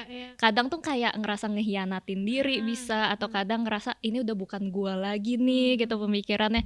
Dan itu susah banget ngubahnya gitu. Kayak ada banyak banget kayak mungkin salah satu yang paling ngebekas di gua itu tuh adalah soal kita harus jadi orang yang realistis sih gitu. Realistis tuh maksudnya kita mau ngelihat realita sebagaimana realitanya gitu. Kadang kita tuh kan suka harusnya tuh nggak begini gitu, dan gue tuh pengennya begini, dan ketika gue pengennya begini, gue pengen hasilnya kayak begini yang gue mau gitu. Padahal kan nggak bisa gitu. Kalau misalnya realitanya seperti ini dan lu nggak ngikutin gameplaynya, ya outcome-nya nggak mungkin yang lu mauin gitu kan. Dan kadang kita tuh nggak suka gitu, dan kita pengen kontrol result.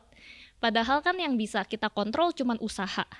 Hasil nggak ada yang nggak bisa kita kontrol nih. Bahkan kayak yang sangat diatur pun kayak nilai sekolah aja kita nggak bisa ngatur. Oh ini gue hasilnya pasti 90, nggak bisa gitu. Yang bisa diatur kan cuman usaha kita ya. Itu tuh masukin ke dirinya tuh lama banget dan banyak kejadian-kejadian tidak menyenangkan ya, yang akhirnya terjadi karena cara berpikir yang seperti itu menurut gue. Dan itu penting banget, semakin cepat kita bisa nerima realita sebagai realita, semakin cepat kita bisa identifikasi akar permasalahan, tantangan-tantangan yang harus dihadapin, dan semakin cepat juga kita bisa atur strategi yang tepat untuk dapetin outcome yang kita mau. Gitu. Tapi itu perlu. Lu juga belajar untuk. Iya. Soalnya kan kadang kita kayak, kok dunia kayak gini, kayak sesimpel gini mungkin. Mungkin kalau cewek bisa relate kali ya. Misalnya cewek tuh ada yang kayak sebel banget deh kalau pakai baju kebuka dikit tuh dijudge gitu misalnya, sama kalau misalnya kita ke kumpulan yang lebih konservatif gitu, kayak pakai dikit kebuka dikit dijudge itu. Gue pengen bisa pakai baju apa aja, tapi orang-orang ini tetap mikir gue nih ABCD gitu. Nah itu kan sebenarnya sedikit halu ya. Sorry to say, karena realitanya kita nggak bisa kontrol nih pemikiran manusia konservatif ini gitu. Dan kita juga tahu mereka adalah konservatif. Iya. Nah kalau kita pengen hasil akhirnya itu dianggap misalnya perempuan dewasa yang respectable gitu ya misalnya, ya kita harus lihat realitanya gimana. Oh harus pakai baju itu yang begini gini. Yaudah kalau emang kita pengen outcome itu, ikutin gameplaynya. Dan tapi mungkin kita mau nyentil dikit masih nggak apa-apa gitu. Nah tapi gini, nah atau kalau misalnya resultnya gue nggak peduli orang ngomong apa, gue nggak peduli ini manusia mikir gue apa, gue pengen pakai pakaian yang sesuai ekspresi gue aja. Ya udah, jangan marah ketika mereka orang judge. mikirnya nggak gitu. Kita nggak bisa dapat dua-duanya nih gitu. Nah ini banyak nih senario kayak gini, baik di keuangan, finansial, habis itu sosial, bisnis, project gitu ya. Dan ini ya itu yang harus dipelajari gitu. Atau kalau mau ngubah result itu sendiri, misalnya rantai konsekuensinya, ya harus dicari dulu caranya gitu. Misalnya kayak lu mau ngubah nih pikiran orang-orang ini nggak mengasosiasikan baju kayak gini dengan ini nih, ya harus dipikir strateginya. Iya, lu mungkin kampanye, lu ngomong pelan-pelan sama mereka, bisa nggak, possible nggak gitu. Atau ya lu ganti grup pertemanan misalnya gitu kan. Tapi nggak bisa lu paksain. Udah tahu gini terus tiba-tiba outcome-nya sesuai dengan aturan mainnya kayak what? Itu sih. Apa momen lo merubah cara berpikir lo tadi? Ya itu kebentur terus kan akhirnya. Kebentur ya, akhirnya. Karena Abby awalnya mikirnya pakai pikiran dia sendiri tadi loh gitu. Jadi ini dia mungkin mikirnya kalau, harusnya kan gini, tapi padahal realitasnya nggak gitu. Dicap yang general tuh idealis, kelewat idealis ya mungkin ya. Tapi gue bilangnya sekarang sih itu halu. Lebih tepatnya itu halu. Kita pengen ini realitanya kayak gini, ketika outcome-nya nggak sesuai, kita nggak mau ubah cara kita gitu. Jadi ya karena kebentur ya akhirnya kan outcome goal gue nggak kesampean mulu Tiara gitu. Terus guanya galau, krisis identitas, sedih, kenapa dunia seperti ini gitu kan. Sampai akhirnya tuh gue kayak enggak, tunggu sebentar. Sepertinya saya harus refleksi dulu nih gitu. Sepertinya ada kesalahan di pemikiran, dan ketika gue identifikasi itu plus tadi ya bahwa menerima gitu bahwa hasil tuh nggak bisa gue kontrol. Kadang kan kita pengen kontrol semuanya ya. Ya udah akhirnya kontrol usahanya itu, fokus ke sana. Wah itu hidup jadi enak banget deh. Jadi enak banget dan lebih masuk akal gitu. Gue tertarik juga ya nambahin dikit soal kata idealis tadi. Gue tuh termasuk yang lumayan sering menyampaikan bahwa gue nggak srek dengan cara kita mengartikan kata idealis gitu. Karena benar kata Abby tadi, banyak orang tuh mengartikan idealis kayak yang tadi diceritain, yaitu lu ngotot aja pokoknya dengan apa yang lu mau. Dan lu gak peduli mau orang lain kayak gimana, mau dunia kayak gimana, pokoknya gue akan kayak gini nih. Ya menurut gue itu bukan idealis gitu. Ya itu lebih ke halu tadi ya gitu. Apa itu idealis? Idealis menurut gue adalah lu punya suatu visi, lu punya suatu tujuan yang pengen lu capai, dan lu berusaha dengan sekuat tenaga dengan apapun yang lu bisa untuk mencapai tujuan itu. Itu yang namanya idealis. Dan untuk bisa mencapai tujuan itu, hal pertama yang harus lu lakuin adalah memahami realitasnya bagaimana gitu loh. Realitas yang ada bagaimana nih, cara kerjanya bagaimana, itu dulu. Jadi kalau orang gak paham realitas, udah pasti bukan orang idealis menurut gue. Karena orang idealis kunci dasarnya adalah dia pasti berusaha nih memahami gimana supaya nyampe ke situ. Bahkan ketika lo mau mengubah rantai konsekuensinya tadi, ketika lo bicara soal gue pengennya orang lain gak ngejudge gue gini-gini nih kalau gue ngelakuin ini, ya kenyataannya orang sekarang persepsinya seperti itu. Kalau lo mau ngubah persepsi itu, gimana caranya bisa ngubah itu yang harus lo pikirin, bukan ngotot sendiri gitu kan. Nah itu baru orang idealis gitu. Jadi sebenarnya realistis ada juga di dalam si idealis itu ya. Nah itu dia menurut gue tuh kata. Jadi beda kenapa tadi kategori Abby, kenapa gue. tadi Abby pakai kata realistis itu gara-gara definisi idealis itu yang tadi yang umumnya tuh orang anggapnya gitu. Makanya jadinya realistis kayak gitu akhirnya pengertiannya. Padahal menurut gue harusnya itu tidak berseberangan gitu. Maksudnya bedanya tuh cuman kayak gara-gara orang mengartikan idealis dengan salah, akhirnya kita harus pakai kata realistis gitu loh. Padahal harusnya itu nggak perlu dua. Atau menurut gue idealis gitu. Itu tuh, atau kalau bukan visi, prinsip ya. Kayak lu pernah nonton film itu nggak? Hacksaw Ridge. Oh, lu tahu nggak? Iya, gue tahu film itu, gue belum sempat nonton. Jadi ada tentara lagi perang apa? Gue rada lupa ya. Dan salah satu tentara jadi perang Amerika sama Vietnam kok nggak salah ya. Dan salah satu soldier prajurit Amerika itu dia punya prinsip dia nggak mau ngebunuh orang. Bayangin jadi tentara perang tapi dia nggak mau ngebunuh orang gitu. Dia megang senjata aja nggak mau gitu. Caranya? Dan abis itu ya sempat nggak mau diterima apa segala, tapi dia tetap otot apa segala. Jadi akhirnya ketika perang itu dia jadi orang yang nyelamatin teman-temannya gitu. Nah itu tuh kalau nonton filmnya ya bisa ngelihat perjuangan dia tuh sampai gila-gilaan banget, ditolak sana sini apa segala. Nah tapi dia nggak pernah ngomong dunia ini kok tidak adil ya gitu. Kok kayak Harusnya gini ya? saya bisa punya hak yang sama. Dia nggak pernah gitu. Iya. Dia nerima konsekuensi dari prinsip dia Iya. gitu. Iya, Dia iya, nerima iya, iya. Dan pilihan dia untuk jadi Untuk- tentara iya. gitu loh. dia paham realitas, beberapa kali bisa dilihat dari conversationnya, dan dia make it work gitu. Nah itu menurut gue orang yang idealis. Yes, Gitu. gitu. Oke. Balik lagi tapi tadi Kania belum jawab soal roughness. Tapi nggak tahu ya. Soal perubahan iya. pikiran. Iya. Kayak Sabda juga berperan penting ya dalam mengubah Iya. cara pikir. Iya, gue berubahnya bukan datang dari roughness ya, gue berubahnya datang dari naksir. Dari bucin. Iya, itu yang sulit ya. Jadi bukan sulit ya, sorry. Buat guanya sebenarnya laki kali ya. Maksudnya gue belum pernah mengalami dimana keburu nabrak dulu atau keburu hancur dulu atau apa, terus baru gue akhirnya belajar oh ternyata gini gitu. Gak pernah, gue belum pernah mengalami itu.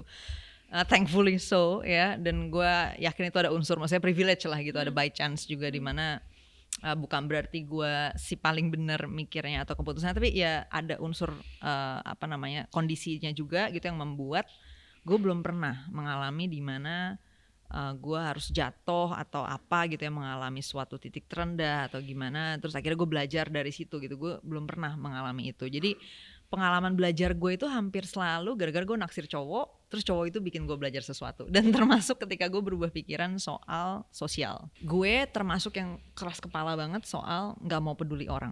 Itu gue puluhan tahun hidup gitu baik-baik aja.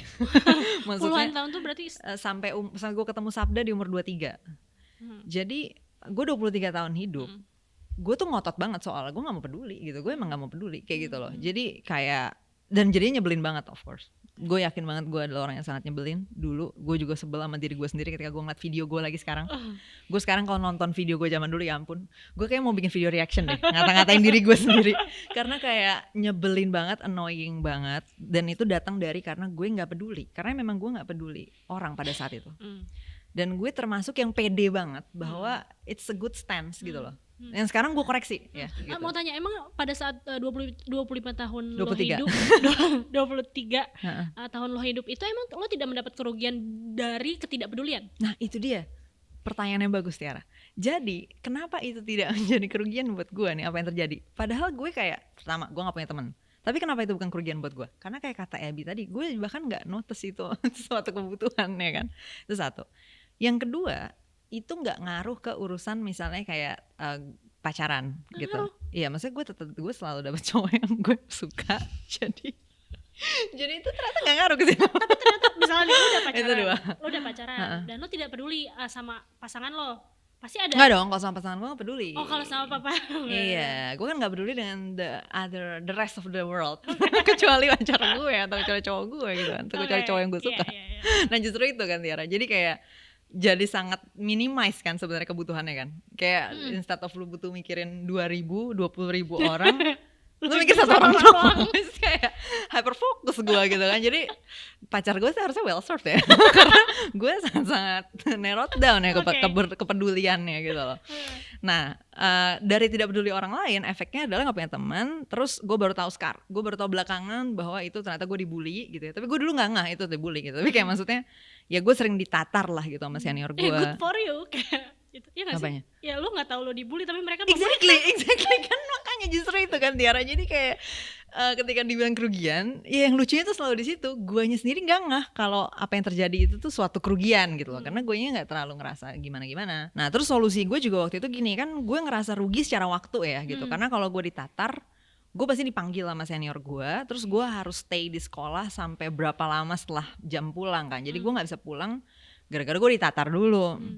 Ditatarnya waktu itu kayak disuruh joget ya kan, terus disuruh saliman sama 40 orang gitu.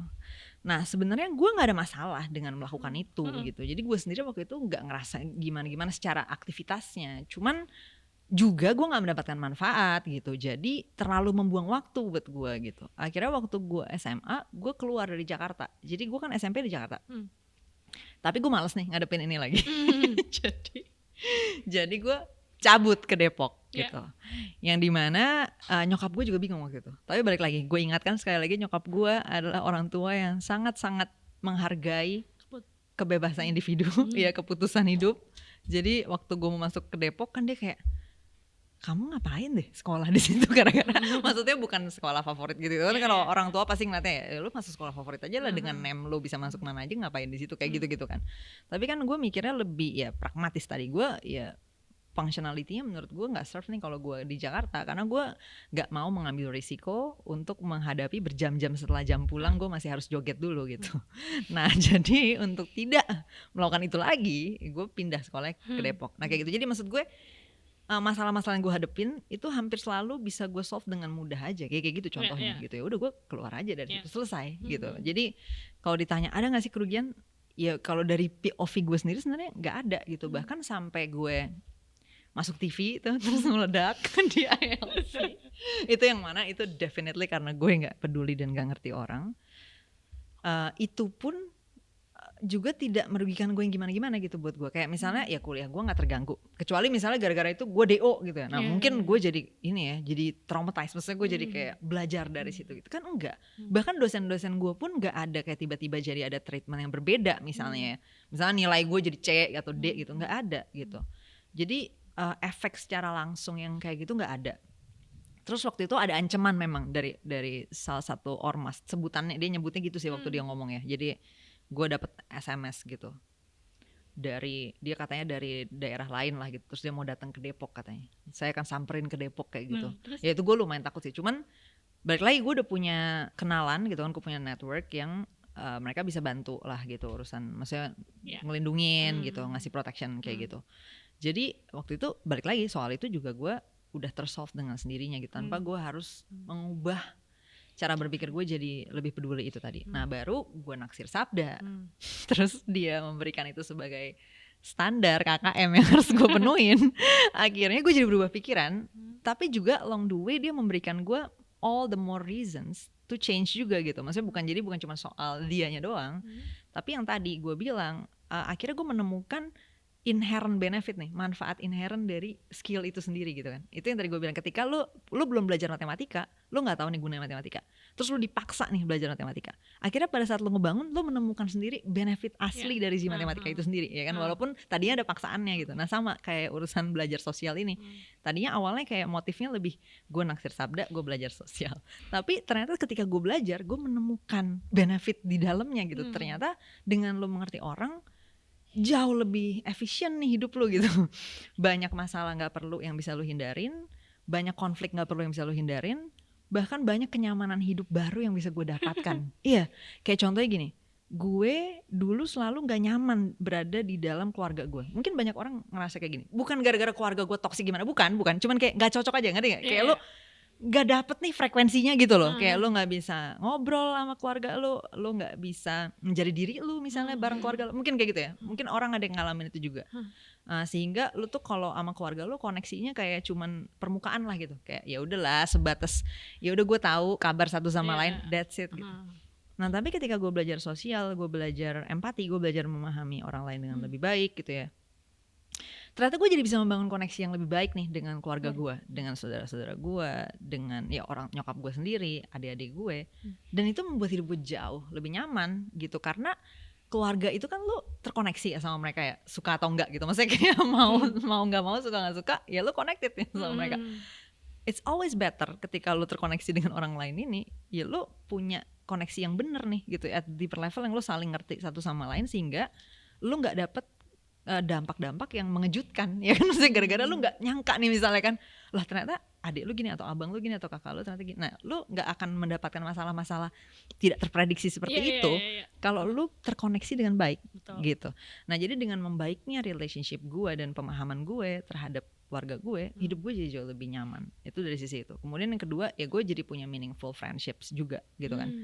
Jadi benefit dari memahami sosial ini akhirnya mengubah cara pandang gue di awal yang ngelihat bahwa nggak penting nih gitu, memahami orang lain, peduli orang lain itu nggak penting. Nah gue jadi memahami bahwa itu ternyata penting banget. Bahkan di video gue soal 30 lessons, gue bikin video kemarin kayak di video YouTube gue 30 pembelajaran dari 30 tahun hidup, ngerayain ulang tahun ke 30 gue di tahun ini. Gue bilang di salah satu lessonnya adalah, gue udah menyimpulkan skill terpenting yang lo perlu punya dalam hidup adalah memahami manusia. gitu. Dan buat gue kecuali lu hidup solitary ya di hutan somewhere, lu nggak terkoneksi ke siapapun, mungkin lu nggak butuh itu. Tapi asli selama lu hidup sebagaimana pada manusia umumnya gitu ya, lu pada umumnya gitu, lu terkoneksi dengan orang lain sedikit apapun itu, lu akan butuh memahami manusia. Bahkan untuk urusan selevel kayak kerja, lu mau jualan aja, gue cuma mau jualan kan, ya lu butuh memahami manusia. Lu cuma mau jualan, ya lu butuh memahami market. Dan market itu berarti memahami manusia. Jadi kayak gue bahkan udah di titik dimana melihat itu skill terpenting yang semua orang harus punya. Wow. Gitu. Ya seberubahnya itu se-ekstrem itu. Dari gak peduli dan gak berguna sama sekali ke bahwa skill utama adalah memahami manusia. This is the most important skill you have to have. Dan ini mungkin terutama buat orang-orang yang kayak gue dulu, yang you get away with everything, tapi sumpah lo punya skill ini, banyak banget urusan hidup lo yang akan membaik dan improve gitu. Totally worth learning. Totally worth learning. Oke, kita cukup panjang tadi, kita udah ngobrol sangat panjang dan sangat seru. Tapi perubahan cara berpikir kalian juga men-trigger kalian akhirnya menulis ini nggak? Maksudnya salah satunya for sure. Mungkin berarti pertanyaannya apa yang men-trigger kalian akhirnya kita menulis berdua buku ini. Menulis, makanya mikir dan berdua. Kayak gue honestly nggak kebayang gitu loh cara menulis ketika ini berdua. Penulisnya berdua ya. Gimana Bi? Mungkin sebenarnya sesimpel, jadi emang Kania kan udah pengen, jadi simpelnya gue sama Kania pengen sama-sama secara terpisah pengen nulis buku yang lumayan mirip-mirip kayak gini.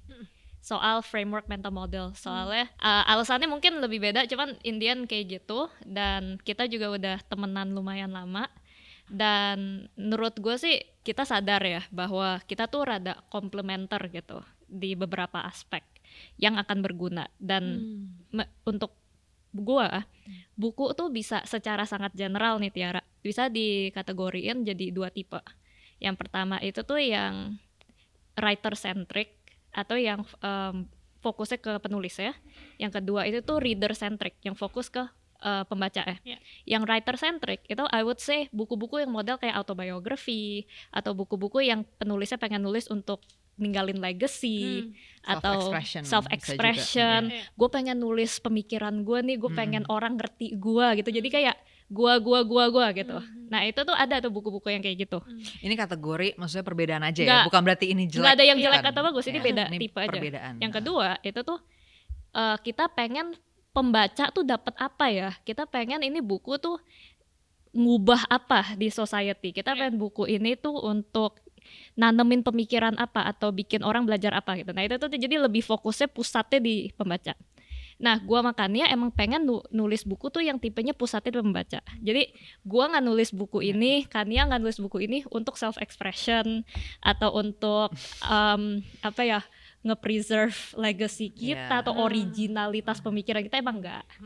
Nah, atau ini Kania banget atau Abby banget? Iya, emang nggak pengen aja gitu. Nah, terus jadinya gue sama Kania sadar bahwa untuk mencapai goal kita, yaitu untuk bikin sebuah buku yang ngajarin soal kerangka berpikir, dan itu ada sesuatu yang lumayan abstrak dan rada berat, tapi dengan semendarat mungkin, semenarik mungkin, dan se-enjoyable mungkin, itu kita perlu kerjasama. Gak bisa gue sendiri, gak bisa Kania sendiri. Jadi emang udah make sense aja gitu untuk kita kolaborasi, saling ngelengkapin untuk bisa produksi produk ini. Soalnya kalau enggak, kalau cuman Kania sendiri atau gue sendiri nggak bisa jadi, dan goalnya nggak akan tersampaikan gitu. Tapi kalau tadi trigger tadi berarti lebih ke ini ya, audiens ya, maksudnya kayak ada iya, jadi kan ya kita berdua tentunya mengalami tadi kan proses pembelajaran dalam hidup kita sendiri, kami sendiri gitu ya. Tapi kemudian dari situ kami ngelihat mungkin itu akan membantu juga kalau orang-orang juga bisa mendapatkan proses pembelajaran itu.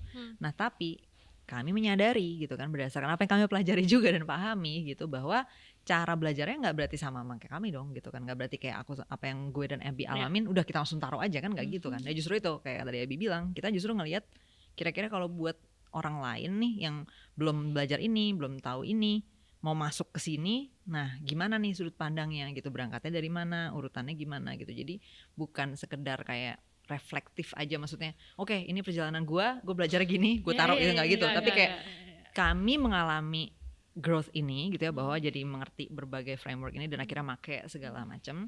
Nah tapi kami bukan cuma nulis kayak sejarahnya untuk tahu ini gimana, enggak, tapi kami ngelihat oh kira-kira kalau ada buku yang bisa ngebantu orang bangun ini harus dari kayak gimana ya cara nyampeinnya gitu. Dan itulah yang kemudian diracik di sini gitu. Dan kemudian kata Abby bilang tadi, kalau gue nulis sendiri lu nggak bakal dapet buku ini. Dan gue sering ngomong di mana-mana bahwa Abby banyak ngebantu gue bikin contoh dan nge-take out hal-hal yang gak jelas gitu dari tulisan gue. Terus orang ada yang protes ternyata gitu, beberapa kayak protes kayak bilang berarti kurang otentik dong gitu, berarti bukan suara lu banget dong kan gitu loh. Gara-gara ada beberapa yang kayak Abby edit gitu kan. Dan mungkin sebaliknya juga ya, mungkin followersnya Abby atau fansnya Abby juga mungkin ada yang memikirkan itu gitu, kayak ini jadi nggak otentik dong kayak Abby gitu. Ini jadi gue banyak ada kompromi juga, iya, akomodasi ada pemikiran kompromi juga dong. Iya, yang mana itu gue yang masukin gitu kan. Nah, gue mau bilang bahwa seperti yang Abby bilang tadi ya, gue tekanin lagi, emang kami nulis bukan buat jadi seotentiknya nih si Kania gitu, bahwa ini Kania banget nih gitu. Emang gak ada yang mau itu, emang bukan itu tujuan bukunya gitu loh. Jadi yang gue mau dengar dari pembaca gue di sini, dari pembaca kami dari buku ini adalah bukan soal kayak ini gue dengar Kania nggak di sini, nggak, bukan itu gitu. Yang mau gue dengar tuh maksudnya ya misalnya gue kalau protes ya, gue nggak terbantu deh kan dengan ini untuk bikin keputusan. Nah itu protes yang tepat, karena itu berarti kita ada koreksi di situ, ada improvement yang perlu kita lakuin gitu. Nah tapi kalau soal kayak ini suara kita banget, emang kita nggak mau itu. Jadi kita pengennya kayak ya udah ini supaya bisa ngebantu orang-orang menavigasi kehidupan gitu kan.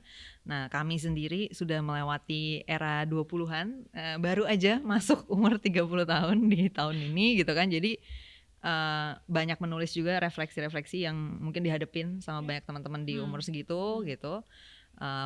Tapi nggak menutup kemungkinan juga sudah senior pun juga mungkin ya dapat sesuatu dari sini. Karena intinya adalah kami ngumpulin aja di sini referensi berpikir yang harusnya sih bisa membantu kebingungan-kebingungan ya, atau mungkin dilema-dilema yang dihadapin, atau mungkin sekedar nambah referensi aja, nambah tools, nambah perkakas aja gitu. Kayak yang tadi gue sama Abby bilang juga, kayak kadang-kadang kita belajar sesuatu di depan kita belum tahu gunanya apa, tapi it's always better to have more options aja kan. Jadi kalau lu punya kotak perkakas lebih lengkap, ya kenapa enggak gitu. Dan ini mudah-mudahan bisa melengkapi itu. Ya. Aku belum baca full, aku baru baca awal, tapi aku udah dengar kalian bilang banyak framework di dalam sini. Ada nggak satu yang bisa kalian share ke audience? Satu framework yang kayak ini menarik banget. Kayak teman kali. Mungkin itu kali yang sebenarnya yang dari tadi gua makan yang ngomongin tuh ada di sini gitu, yaitu frameworknya yang pertama objective oriented principle. Abis itu nyambung ke cost benefit analysis. Nah, objective oriented principle tuh apa? Artinya kayak yang tadi kalian dengar semua, sesuatu bisa dianggap rugi atau sesuatu bisa dianggap untung untuk seseorang, itu tergantung tujuannya. Objektifnya apa? Apa yang lo mau, apa yang lo butuhin. Jadi sebelum lu bisa kategoriin keputusan lu atau tindakan aksi lu tuh oke atau enggak, lu harus menguntungkan atau enggak. Refleksi diri dulu, apa sih sebenarnya yang kita pengen gitu. Makanya ini ada halaman yang salah satu halaman pertama itu ini kan. Hidup ini mau dibawa kemana? Nah ini emang awalnya harus dijawab dulu. Iya itu soalnya gitu. Pertanyaan nggak bisa kita yang jawab, yang nggak bisa dari gue dan Abby yang jawab, nggak bisa kami yang jawab. Jadi harus dari kalian sendiri guys. Nah abis itu cost benefit tentunya, kenapa, buat apa kita melakukan sesuatu kalau costnya lebih tinggi daripada benefitnya. Kayak misalnya tadi ya kan ya, iya misalnya gak enakan, iya boleh, misalnya gak enakan gitu, karena gak enakan akhirnya kita mau pacaran deh sama dia misalnya. Ada gak sih? Sama orang yang ada ya, ada kan. Aduh, ya ditembak kan ya? Terus gak enak nih buat nolak, kasian nih gitu ya, kasian gak enak, pacarin aja. Nah ada ya orang gitu, kamu kenapa coba sih? Itu kan costnya banyak banget ya, lu gak suka, lu harus spend time sama dia, lu malu depan orang udah kira lu itu jadi chattingan, mungkin cowok atau cewek yang lu beneran suka gak bisa deketin lu. Wah costnya banyak banget. Benefitnya apa? Gak ada ya, tapi kenapa dilakuin gitu kan. Lujinya juga gak bahagia gitu. Nah dengan framework itu mungkin bisa bikin mikirnya lebih clear ya, lebih ada clarity, lebih jelas. Oh kayaknya nggak tepat nih gue milih ini gitu. Pause dulu, kita hitung dulu nih gitu. Nah itu jadi ada nih kita diajarin objective oriented principle sama cost benefit analysis itu. Emang kalian nggak pernah ada nggak satu contoh, ini gue penasaran aja nih. Tadi ngomongin soal cost benefit. Oke, ternyata lu sadari bahwa cost gue lebih tinggi dibanding benefit. Kalau di gue ada banget, itu titik dimana benefit dari belajar sosial itu juga kelihatan tuh gara-gara itu. Jadi si Sabda itu nyuruh gue melakukan evaluasi atas konten-konten yang udah pernah gue bikin dulu gitu. Terus pas gue ngelakuin evaluasi, pertanyaan dia simpel, kan dia tahu gue orangnya cost benefit banget, saya lu pasti hitungan banget lah gitu. Nah sekarang ya dia nanya gitu, sekarang lu dari bikin konten ini, terus gue liat comment section gitu kan, gue liat komen 90% orang marah, 10% orang gak nyambung. Terus lu dapet benefit apa dari bikin konten ini, kocak gitu kan. Jadi setelah gue ngeliat itu, gue jadi kayak ya juga ya gitu loh. Jadi dari ribuan, maksudnya gak tahu ada berapa banyak konten yang gue bikin ya. Itu kan gue konten udah kira-kira, gue ngitung dikit dari 2000, gue kan konten dari 2015-16 aja, kira-kira 2 tahunan gitu konten. Mungkin udah ratusan kali ya, atau mungkin udah 1000 konten kali yang udah gue keluarin. Itu bisa dibilang all cost no benefit.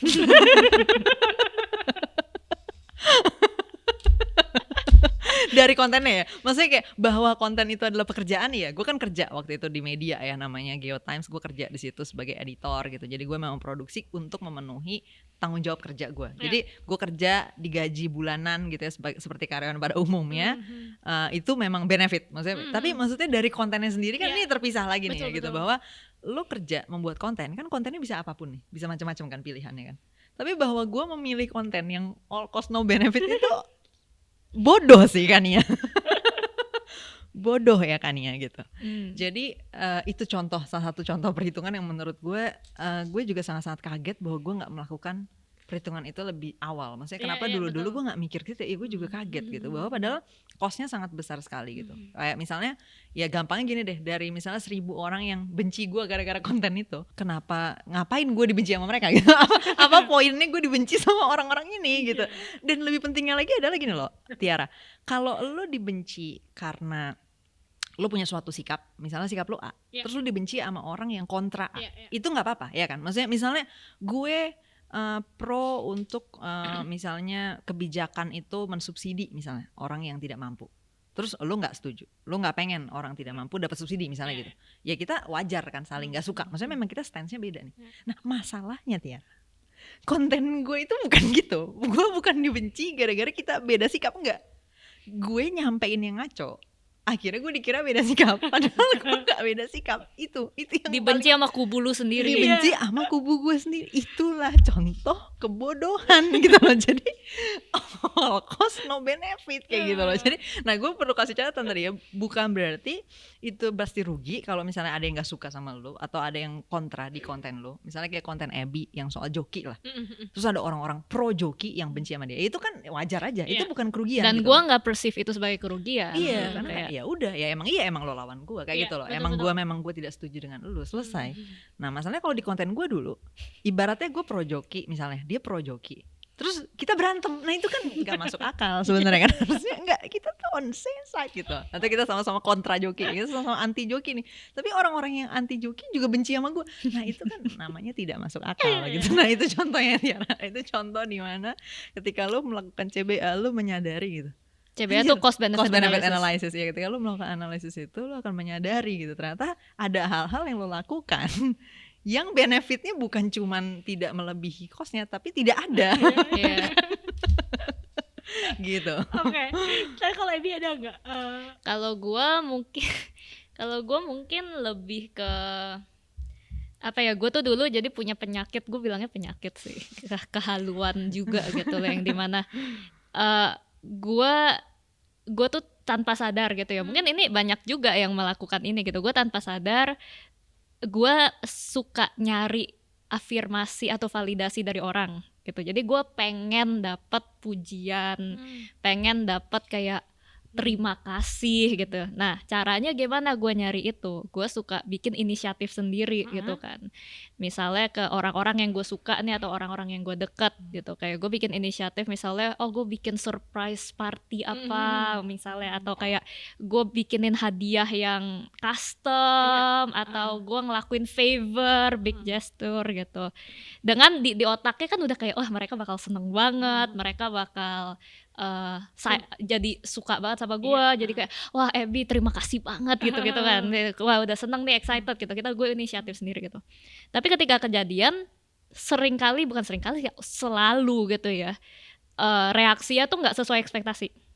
Either mungkin orangnya kurang ekspresif kali ya gitu, jadi nggak keluar gitu, atau ternyata yang gue lakuin tuh dia nggak butuh amat, dia nggak suka amat, jadi akhirnya kelihatan dia harus nge-fake kayak terima kasih lu tahu kan, tapi lu tahu kayak kok gini gitu, atau gue ekspektasinya mungkin di bring up atau di mention lagi setelah beberapa hari ternyata udah dilupakan gitu.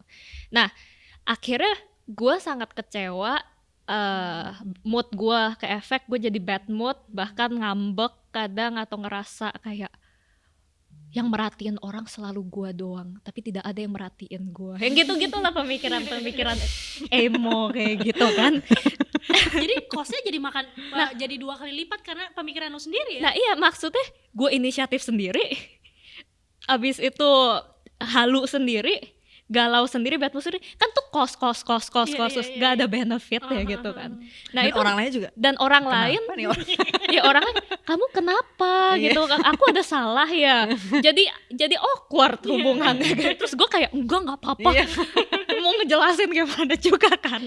Ya itu kan kayak kehaluan yang bikin sengsara semua orang gitu. Bahkan bukan cuman gue doang yang rugi, orang lain juga gue ambekin, bad mood, suasana rusak, rugi juga gitu. Makanya itu kebodohan lah untuk gue. Ya, nah itu menurut gue itu kebodohan yang sangat-sangat, itu kalau diituin kan benefit yang gue kejar gak dapet, costnya semua terakumulasi dan bahkan double kan. Nah itu cara memecahkannya ada juga sebenarnya di sini. Itu kecerdasan sosial, empati gitu. Ketika kita mau melakukan sesuatu untuk orang, itu pertama ya kita harus lihatnya dari sudut pandang dia, apa yang dia suka, bukan apa yang kita suka gitu kan. Itu yang pertama. Dan yang kedua sebenarnya relate ke yang pelajaran yang gue bilang tadi tentang kita harus realistis, nggak bisa halu lagi-lagi itu. Oke, jadinya semua tapi akhirnya ada di sini. Dan kayaknya ada di ini ya, yang buku kecil itu. Yang hitam, buklet super rahasia itu. Iya, super rahasia itu. Nah, itu tidak selalu disediakan ya, karena itu juga nggak dijual. Itu cuma kita kasih di momen-momen tertentu saja. Karena itu adalah kebodohan. Kebodohan Kania dan Abby, betul. Oke. Ini ada pertanyaan dari netizen yang menarik dan gue juga penasaran, dari @bigblackcoach tentang buku ini. Ketika nulis buku Makanya Mikir, apakah kalian pakai ChatGPT sebagai referensi? Enggak sih. Gimana caranya bikin ChatGPT jadi referensi ya? Nggak, maksudnya kayak nggak ada sama sekali. ChatGPT kan kita harus maksudnya gimana? Jadi mungkin kita nanya ke dia. Enggak lah, ngapain? Enggak, soalnya kan dari kita justru ceritanya. Iya, tapi nggak ada sama sekali gitu yang kalian pakai. Enggak ya, saya nggak ada butuh. Paling lebih kayak kalau misalnya browsing itu kayak kadang-kadang lupa aja nama penulis gitu. Misalnya kayak gue mau nge-recall satu diagram gitu, misalnya kayak diagramnya ya, tapi itu mah cari di Google ya, ngapain ke ChatGPT. Nah kalau gue sekarang browsing biasa. ChatGPT. Oke. Browsing aja sama kayak tapi kan browsing di ChatGPT harus di double check lagi kan masalahnya. Iya sih, jadi ngapain? Soalnya kan ini isi pemikirannya gue, makanya iya, jadi apa yang mau ditanya ke GPT. Mungkin kalau gue bikin analisis pemikiran Tan Malaka gitu. Ya, mungkin butuh GPT atau Google lah. Bisa nyari referensi dari situ. Lebih relevan pertanyaannya. Tapi kalau buku ini, gue juga nggak pernah kepikiran ChatGPT sih. Berarti jawabannya tidak ya. Big Black Coach. Oke, jadi buku ini bisa dapetin di mana? Kayaknya pre-order juga. Ya harusnya pas ini tayang sih udah buka. Linktree/makanya mikir. Atau kalau misalnya mau nyari di Tokopedia sama Shopee, itu official store kita berdua tuh namanya Abigail and Kania. Iya. Oke, tapi cuma satu bukunya dijual di Tokped itu. Iya. Oke. Iya, that's it. Toko isinya cuma buku. Oh, sama merch. Kita ada. Iya, ada merch ya. Oke, terima kasih. Thank you Tiara. Thank you Maple Media. Iya, conversation yang aku dapat banyak sesuatu juga hari ini. Semoga kalian juga. Seru. Thank you. Semoga yang nonton juga semoga bermanfaat hari ini. Thank you guys. Thank you for watching.